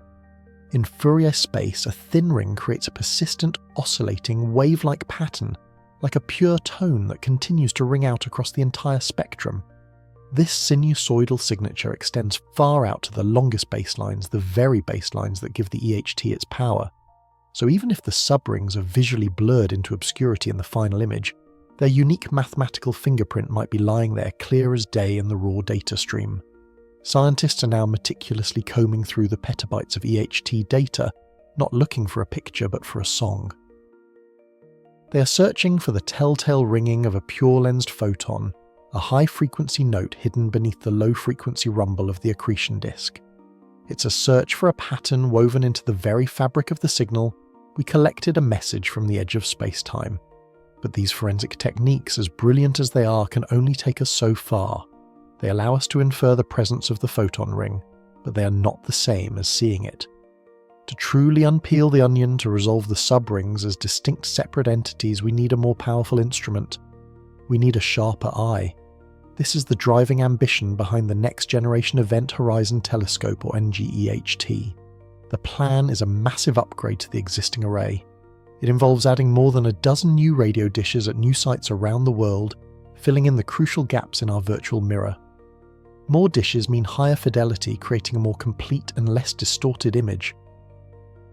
But the most critical upgrade is a move to higher observing frequencies. By tuning the telescope to listen to light with a shorter wavelength, we effectively increase its magnifying power. Higher frequency radio waves are also better at piercing through the cloud of plasma that surrounds the black hole, the very fog that blurs our view. It's the difference between trying to see through a misty morning and waiting for the sun to burn it all away. The Zengi aims to produce not just static images, but high-fidelity movies of the black hole environment. It will be powerful enough to move beyond mere detection and begin the era of precision measurement to finally resolve that first delicate N1 ring around both M87s and the supermassive black hole at the heart of our own galaxy. Yet even this globe-spanning machine has a fundamental limitation. Its maximum resolution is forever capped by the diameter of the Earth. Our planet, which we turned into a telescope, is now the barrier to a clearer view. To take the next leap to resolve the N2 ring and beyond to see the fine structure of gravity's true face, we must transcend our world. We have to go to space. The dream long held by astronomers is to launch one or perhaps several radio telescopes into orbit. A single satellite orbiting the Earth could create baselines thousands of kilometers longer than any possible on the ground. This would provide a quantum leap in angular resolution. It would be like switching from a magnifying glass to a scanning electron microscope. An array of 2 or 3 satellites placed in carefully chosen orbits, perhaps even out at the stable Lagrange points far from Earth, would constitute the ultimate gravitational observatory. Such an instrument, a space EHT, could generate images of M87 with such breathtaking clarity that the individual subrings would pop into view distinct and undeniable. We could watch as matter flares and falls into the black hole and see its light echoed moments later in the first ring and then the second. We could finally see the cosmic hall of mirrors in all its glory. This is the future of black hole astronomy, leaving the Earth behind to get the sharpest possible view of the universe's most extreme objects. And what is the ultimate purpose of this generational quest? Why this relentless drive for a clearer picture? Why chase these ever fainter echoes of a light? Because within the structure of the photon ring lies the ultimate test of our understanding of everything. Each subring, its precise diameter, its exact brightness relative to the others, its subtle deviation from a perfect circle is a prediction made by Einstein's theory. A firm, falsifiable prediction. If we measure the NFL1 and N2 rings and find that their spacing is not what the theory says it should be, then general relativity for all its century of success must be incomplete. Such a discovery would shatter modern physics. It would be the first glimmer of a new, deeper theory of gravity, perhaps a quantum theory that finally unifies the world of the very large with the bizarre rules of the very small. The photon ring is not just an astronomical curiosity. It is a crucible where we can forge our most fundamental laws in the most intense fire the universe can offer. It is a cosmic laboratory built of warped space-time, and its secrets could rewrite our textbooks and reshape our entire conception of reality. The triumph of M87 was not an end. It was a beginning. It gave us the map and showed us where to dig. Now the real work begins, the delicate, painstaking effort to excavate the truth from a beautiful but blurry artifact. The hunt is on, armed with new telescopes and more powerful computers to find those thin, sacred circles of light. But M87, for all its grandeur, is a distant leviathan over 50 million light-years away. Its dynamics play out over weeks and months. There is another target, a creature that offers a different, perhaps even more profound set of challenges. A black hole that is smaller, closer, and far more turbulent. A monster lurking in our own cosmic backyard. The time has come to turn our new Earth-sized eye towards the heart of our own Milky Way to confront the ghost that haunts the centre of our galaxy. The hunt for Sagittarius A was about to begin. And so, after decades of theory and years of relentless engineering, the moment arrives. It doesn't come with a thunderous roar, but with a silent, crystalline flood. Across the high deserts of Chile, the volcanic peaks of Hawaii, the ice fields of the South Pole, and now from the silent orbital ballet of new space-based arrays, the signal comes home. Petabytes of data, a torrent of synchronized radio waves captured by a planetary eye, now focused with a precision once thought impossible. This is not the same experiment that first gave us the shadow. This is something more. The Earth-sized telescope has been augmented, its vision sharpened by dishes floating in the void, extending its baseline beyond the physical limits of our world. It can now resolve features not merely on the scale of the black hole's shadow, but within the shadow itself. In quiet rooms across the globe, supercomputers humming with a furious cold logic begin their monumental task. The algorithms refined over a generation of effort are unleashed. They are searching for a ghost, a whisper of light buried within the blazing chaos of the accretion disk. The challenge is almost incomprehensible. The teams are trying to isolate a signal 1,000 times fainter than the bright turbulent plasma it inhabits. It's like trying to hear the hum of a single tuning fork in the heart of a supernova. For months, the digital grind continues a silent war against noise and uncertainty. The data is correlated, cleaned and cross-referenced, every byte scrutinized for the subtle signature they seek. They are looking for a pattern, a coherent structure hidden in the static. False positives flicker and die on their screens, phantoms born of atmospheric distortion or instrumental error. Each one is a small heartbreak, a momentary surge of adrenaline followed by the sober return to the data stream. The process is a digital archaeology, patiently brushing away layers of cosmic dust and instrumental noise to reveal the artifact buried beneath. They aren't just creating a picture, they are performing an interrogation of space-time itself, asking it to confess its deepest secrets. The sheer volume of information is a new kind of ocean, and the scientists are navigators searching for a single legendary coastline. They build complex models of the accretion disk, predicting its chaotic light, so that they can peel it away from the data layer by painful layer, hoping that something pure, something fundamental remains underneath. This is the painstaking, unglamorous heart of discovery. A relentless collaborative pursuit of a signal that theory demands must exist, but that nature has hidden with exquisite care. Then, one late night in a processing hub in Germany, a single pixel begins to glow with an unnatural consistency. At first, it is dismissed. Another artifact, another ghost in the machine, but it persists. As more data is folded into the image, the pixel becomes a luminous arc. Another team in Massachusetts, running a parallel analysis with different software, finds the same feature emerging from their own computational fog like a ship on the horizon. A quiet electric excitement begins to build. Phone calls are made across time zones, voices hushed with a mixture of hope and professional skepticism. They run every diagnostic imaginable, trying to break it to prove it's a mistake. They recalibrate, they reprocess, they try to explain it away with every known astrophysical phenomenon. But the glowing filament refuses to vanish. It holds its form with a geometric purity that defies the chaos surrounding it. It is impossibly thin, unnervingly sharp. As the final layers of noise are stripped away, the arc connects to itself, a perfect unbroken ring. There, shining with the light of trapped orbits, is the NT1 photon ring, the last light. The teams gather around their monitors linked by video screens across the planet, a silent global congregation. For a long moment nobody speaks. Tears well in the eyes of physicists who have dedicated their entire careers to this single quest. decades of abstract equations, of theoretical debate, of engineering struggle, have resolved into this single luminous circle. It is more than an image.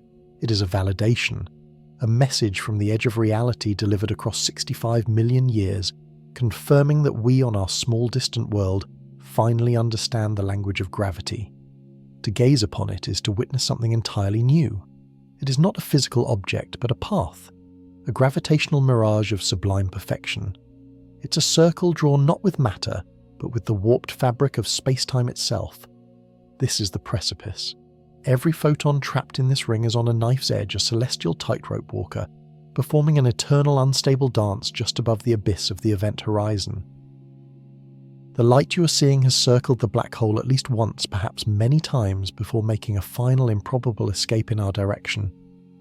It is ancient, delayed, a ghostly echo of the universe that has been held in gravitational stasis, and in its perfect geometry it holds the deepest truths of the monster it encircles. The blazing, messy accretion disk is weather. This thin, elegant ring is the climate. It is the fundamental baseline, the pure signal beneath the noise. The scientists know that they have just been handed a cosmic scalpel of unimaginable sharpness. For the first time, they can separate the physics of the black hole itself from the complex astrophysics of the plasma falling into it. The ring is a direct probe of the gravitational field alone. Its properties are dictated not by temperature or magnetism, but by the pure, unadorned curvature of space-time. They have unlocked a new window, and through it they can now begin to measure the soul of a singularity. The first measurement is the most fundamental mass.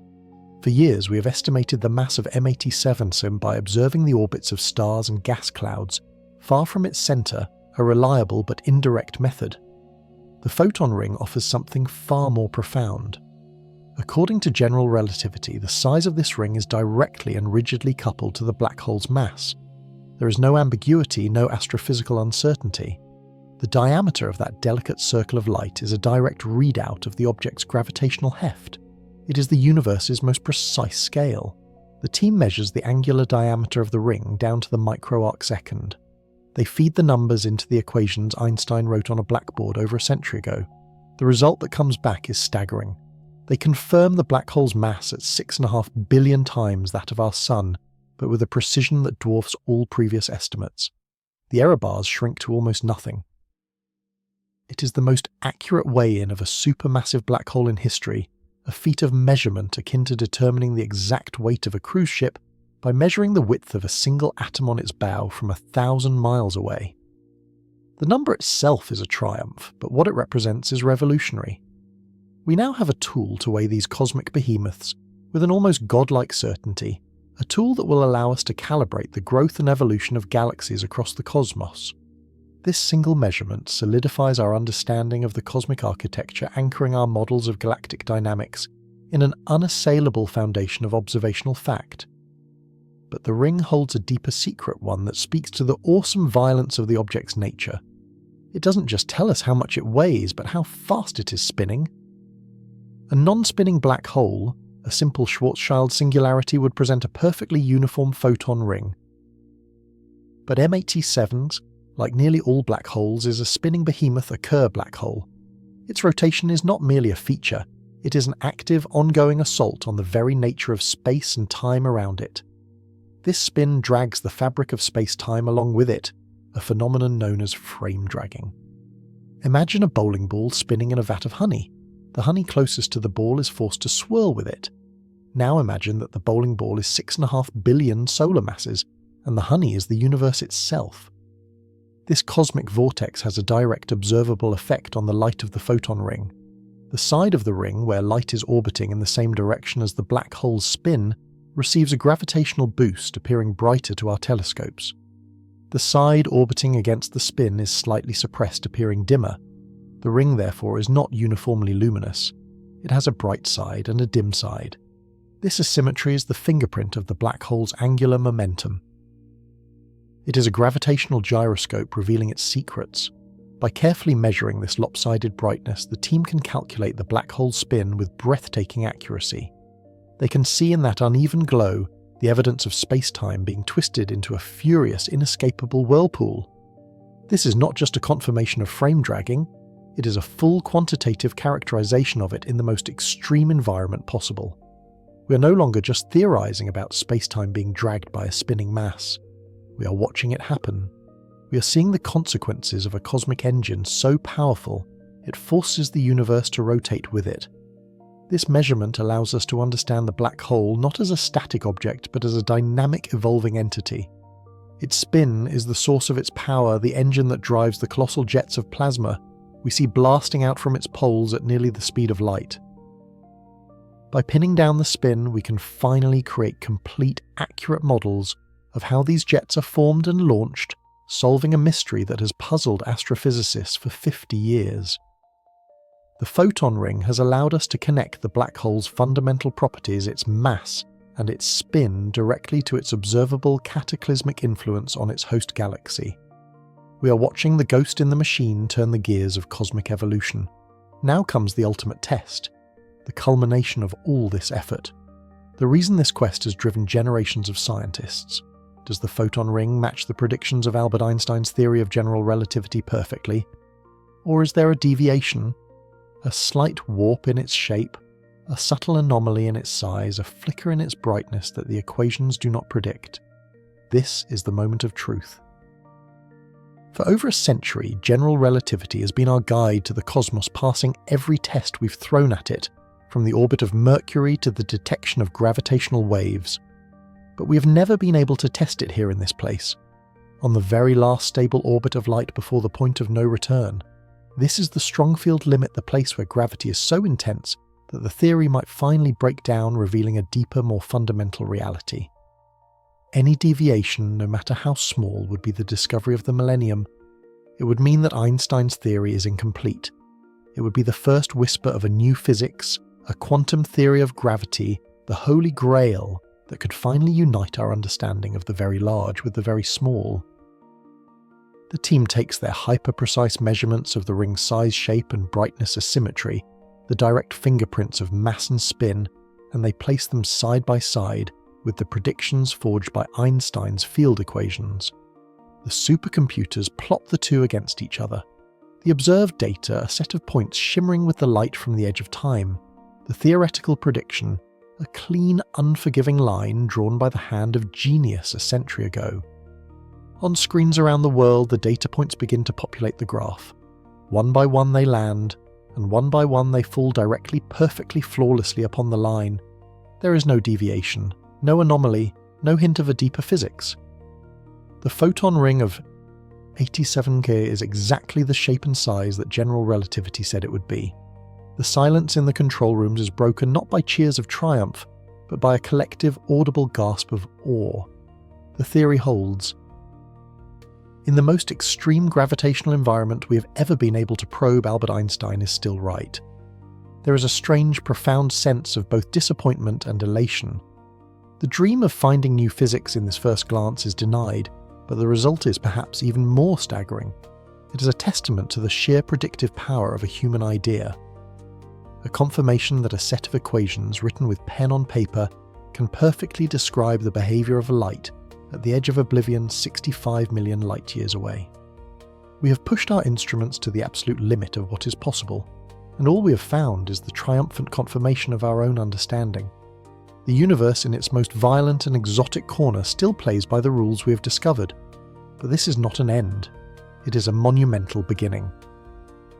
The confirmation of general relativity to such an astonishing degree of precision is not a closed door, it is the key to 1,000 new ones. We have established a baseline. We have calibrated our most powerful cosmic laboratory. The successful detection and characterization of the photon ring has given us a new tool, a new sense with which to perceive the universe. We can now apply this technique to other black holes like the one at the center of our own galaxy, Sagittarius A. We can begin to compare them to study a population of singularities to see if they all conform so perfectly. And we now know where to look for deviations. This perfect measurement allows us to constrain alternative theories of gravity, ruling out entire classes of ideas that are no longer tenable. We have narrowed the search, clearing the theoretical fog. The quest for a quantum theory of gravity is now more focused, more disciplined, guided by this extraordinary observation. The photon ring has become our standard candle for the abyss, our ruler for measuring the geometry of space-time itself. And it whispers of even deeper secrets yet to be uncovered. The ring we have just seen, the NL1 ring, is only the brightest. Theory predicts that inside it there should be another fainter ring, an N2 sub-ring made of light that has circled the black hole not once but twice before escaping, and inside that an N3 ring from light that has orbited 3 times, an infinite nested series of luminous circles, each one an echo of the one before it, each one a sharper, more pristine probe of the space-time geometry closer and closer to the event horizon. These sub-rings are exponentially fainter, exponentially harder to see. They are ghosts of ghosts buried even deeper in the glare.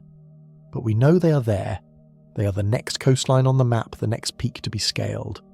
For within that infinite sequence of rings, within that celestial bullseye, lies the ultimate prize, a complete movie of the black hole's entire visible universe wrapped around its edge like a film on a reel. If we can develop the technology to see them to resolve these echoes of light, what story will they tell? What new physics might be hiding in their faint, ethereal glow, waiting for an eye sharp enough to see it? We have read the first sentence from The Edge of Time. Now we must learn to read the entire page. And so we arrive at the edge of the abyss, not in a starship, but through the collected power of human thought. We have followed a ghost, a whisper in the mathematics of a young patent clerk a century ago, a premonition of a place where space and time themselves would surrender. For decades it was a creature of pure theory, a mathematical curiosity confined to blackboards and the dreams of astrophysicists. It was a line of light too thin, too faint, too impossibly close to the maw of infinity to ever be seen. It was the universe telling us this far and no further, but we did not listen. We built a telescope not of glass and mirrors, but of an entire world. We synchronized atomic clocks with a precision that borders on the divine, turning our planet into a single colossal eye. We gathered petabytes of data, a deluge of cosmic information so vast it had to be flown, not wired across continents. We pointed this global observatory at the silent, sleeping hearts of distant galaxies at M87 and at our very own Sagittarius A. And we held our collective breath, waiting for the signal to emerge from the noise, waiting for the ghost to finally appear. What we found there shimmering in the reconstructed data was more than just a confirmation of a theory. It was a testament, a monument to that most defining, most noble and most relentless of human traits, curiosity. This ring of light is the culmination of an effort that transcends borders, politics, languages, and generations. It is the quiet genius of Einstein, the bold vision of Hawking, the tireless calculations of programmers, the dogged persistence of engineers, and the shared passion of hundreds of scientists from around the globe, all focused on a single infinitesimal point of light. It is a cathedral of reason built not with stone and mortar, but with algorithms, radio waves, and the unyielding conviction that the universe in all its terrifying grandeur is ultimately knowable. To gaze upon the image of the photon ring is to witness a conversation between the universe and ourselves, a dialogue conducted in the language of gravity and light. For so long the universe spoke, and we could only listen indirectly, interpreting the subtle dance of stars or the faint redshift of galaxies. But here in this perfect circle of captured light we have found a place where the universe speaks with stunning clarity. Here the geometry of space-time is not an abstract concept. It is rendered visible, painted in photons against a canvas of absolute black. It is the universe holding a mirror up to its own most fundamental laws, and we, after 1,000,000 years of staring into the night sky, have finally learned how to look. The journey to this point has been extraordinary, a saga of human ingenuity. But the true significance of this discovery, its real power, is not what it represents as an end, but what it promises as a beginning.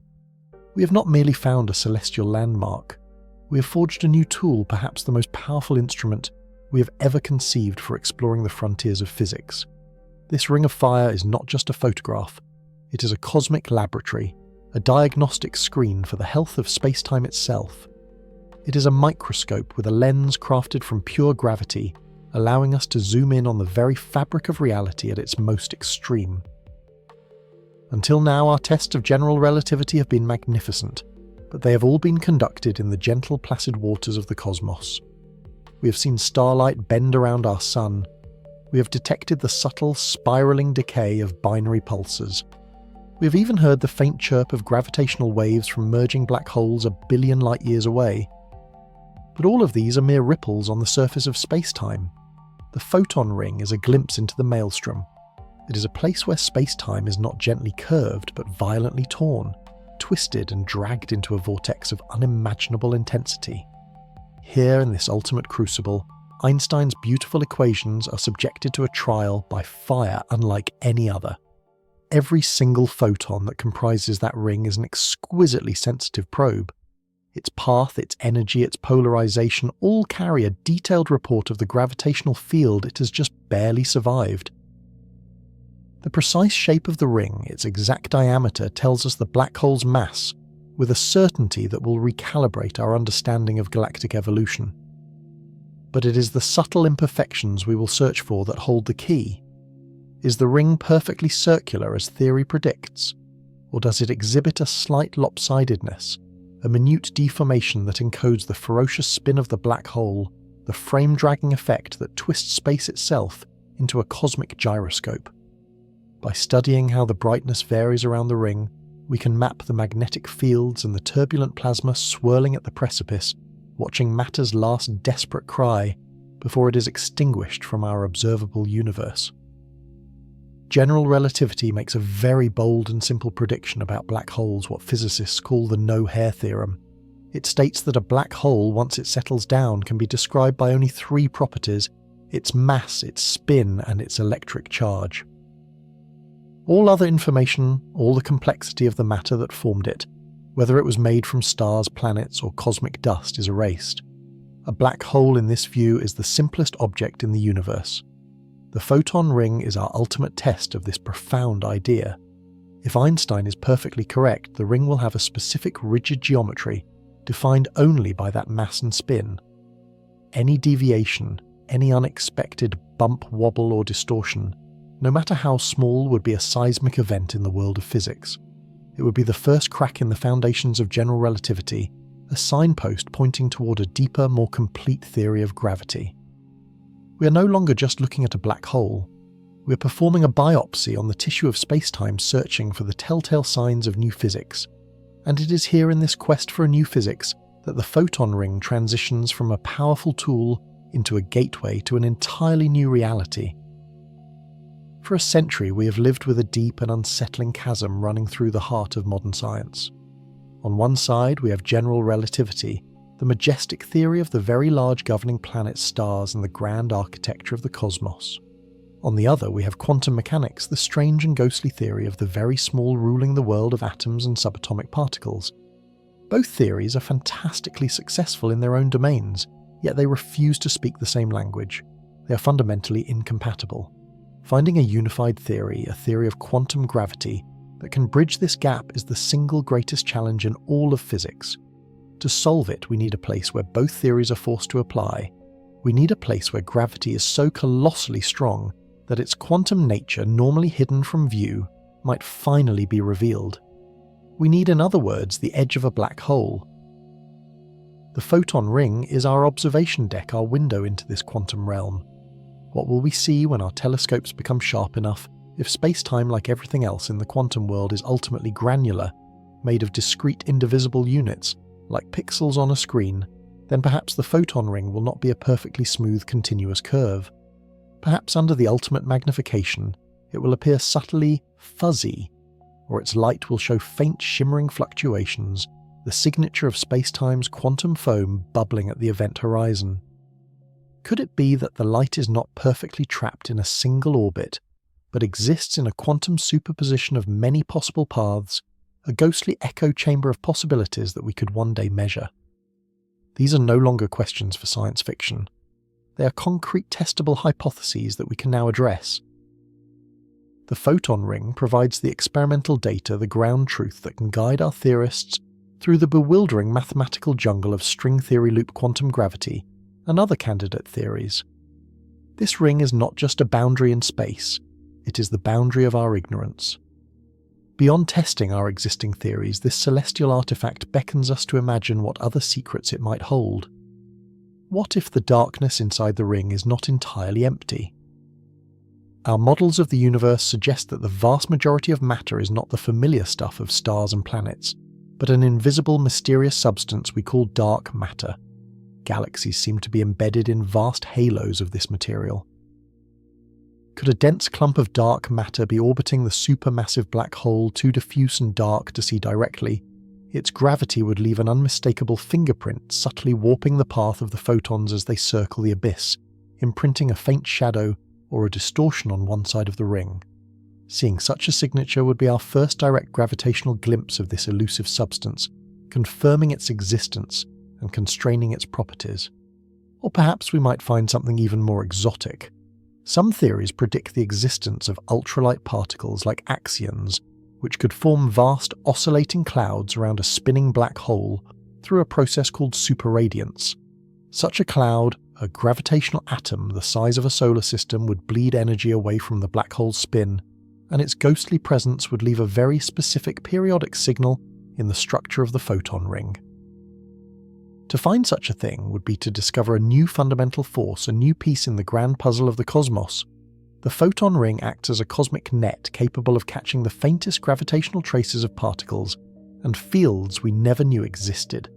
It allows us to go on an astronomical safari hunting for the universe's most bizarre and elusive creatures in their natural habitat. And the mysteries only deepen from there. The photon ring is inextricably linked to one of the most profound paradoxes in all of science, the information paradox. Quantum mechanics insists that information can never be truly destroyed. Yet if you throw a book into a black hole, general relativity suggests its information, the words, the ideas, the story is lost forever, sealed away behind the event horizon. This is a fundamental contradiction. For decades, physicists have argued about the solution. Does the information somehow escape, perhaps encoded in the faint Hawking radiation that black holes are predicted to emit? Or is there some new physics at the event horizon itself? The photons of the ring are our most intimate witnesses to this boundary. They skim the horizon, interacting with the violently curved space-time and the quantum vacuum for billions of years before escaping to our telescopes. Could they carry with them a subtle imprint, a quantum scar from the processes happening at the very surface of the black hole? Could they hold a clue encoded in their quantum state that would help us resolve this paradox and rewrite our understanding of information entropy and the nature of reality itself? We are listening to the whispers from a cosmic prison wall, hoping to learn the fate of its inmates. Ultimately, this shimmering circle of light forces us to confront our place in the universe with a new and humbling clarity. We live our lives on a scale of meters and seconds on a gentle planet orbiting a placid star in a quiet suburb of the Milky Way. The universe of the photon ring is a place of extremes so profound they defy our intuition and strain the limits of our language. It is a place where a single second for a circling photon can correspond to millennia for us. It is a place where space flows faster than light and the future becomes an inescapable physical direction. It is a place where all our notions of location of time of existence are stripped down to their absolute mathematical essence. To study the photon ring is to engage with the universe on its own terms. It is to accept that the cosmos is far stranger, more beautiful and more terrifying than our ancestors ever imagined. But it is also to affirm that the human mind, through the tools of science, reason and collaboration, is capable of reaching out and touching these alien shores. We have captured the light from the edge of time. We have photographed the silhouette of infinity. What was once the domain of poets and philosophers is now the domain of observation and measurement. So look once more at this impossible object. See it not as an image of an ending, not as the universe's final stop sign. See it for what it truly is, a beacon. It is a lantern in the deepest, darkest forest of the cosmos, and its light does not warn us away. It illuminates the path forward. It shows us where the next great questions lie buried. It challenges us to build better telescopes, to devise smarter algorithms, to ask bolder questions, and to continue the journey. The photon ring is not the last light you see before a black hole. It is the first light of a new dawn in our exploration of the universe. It is the brilliant, unending dawn of discovery.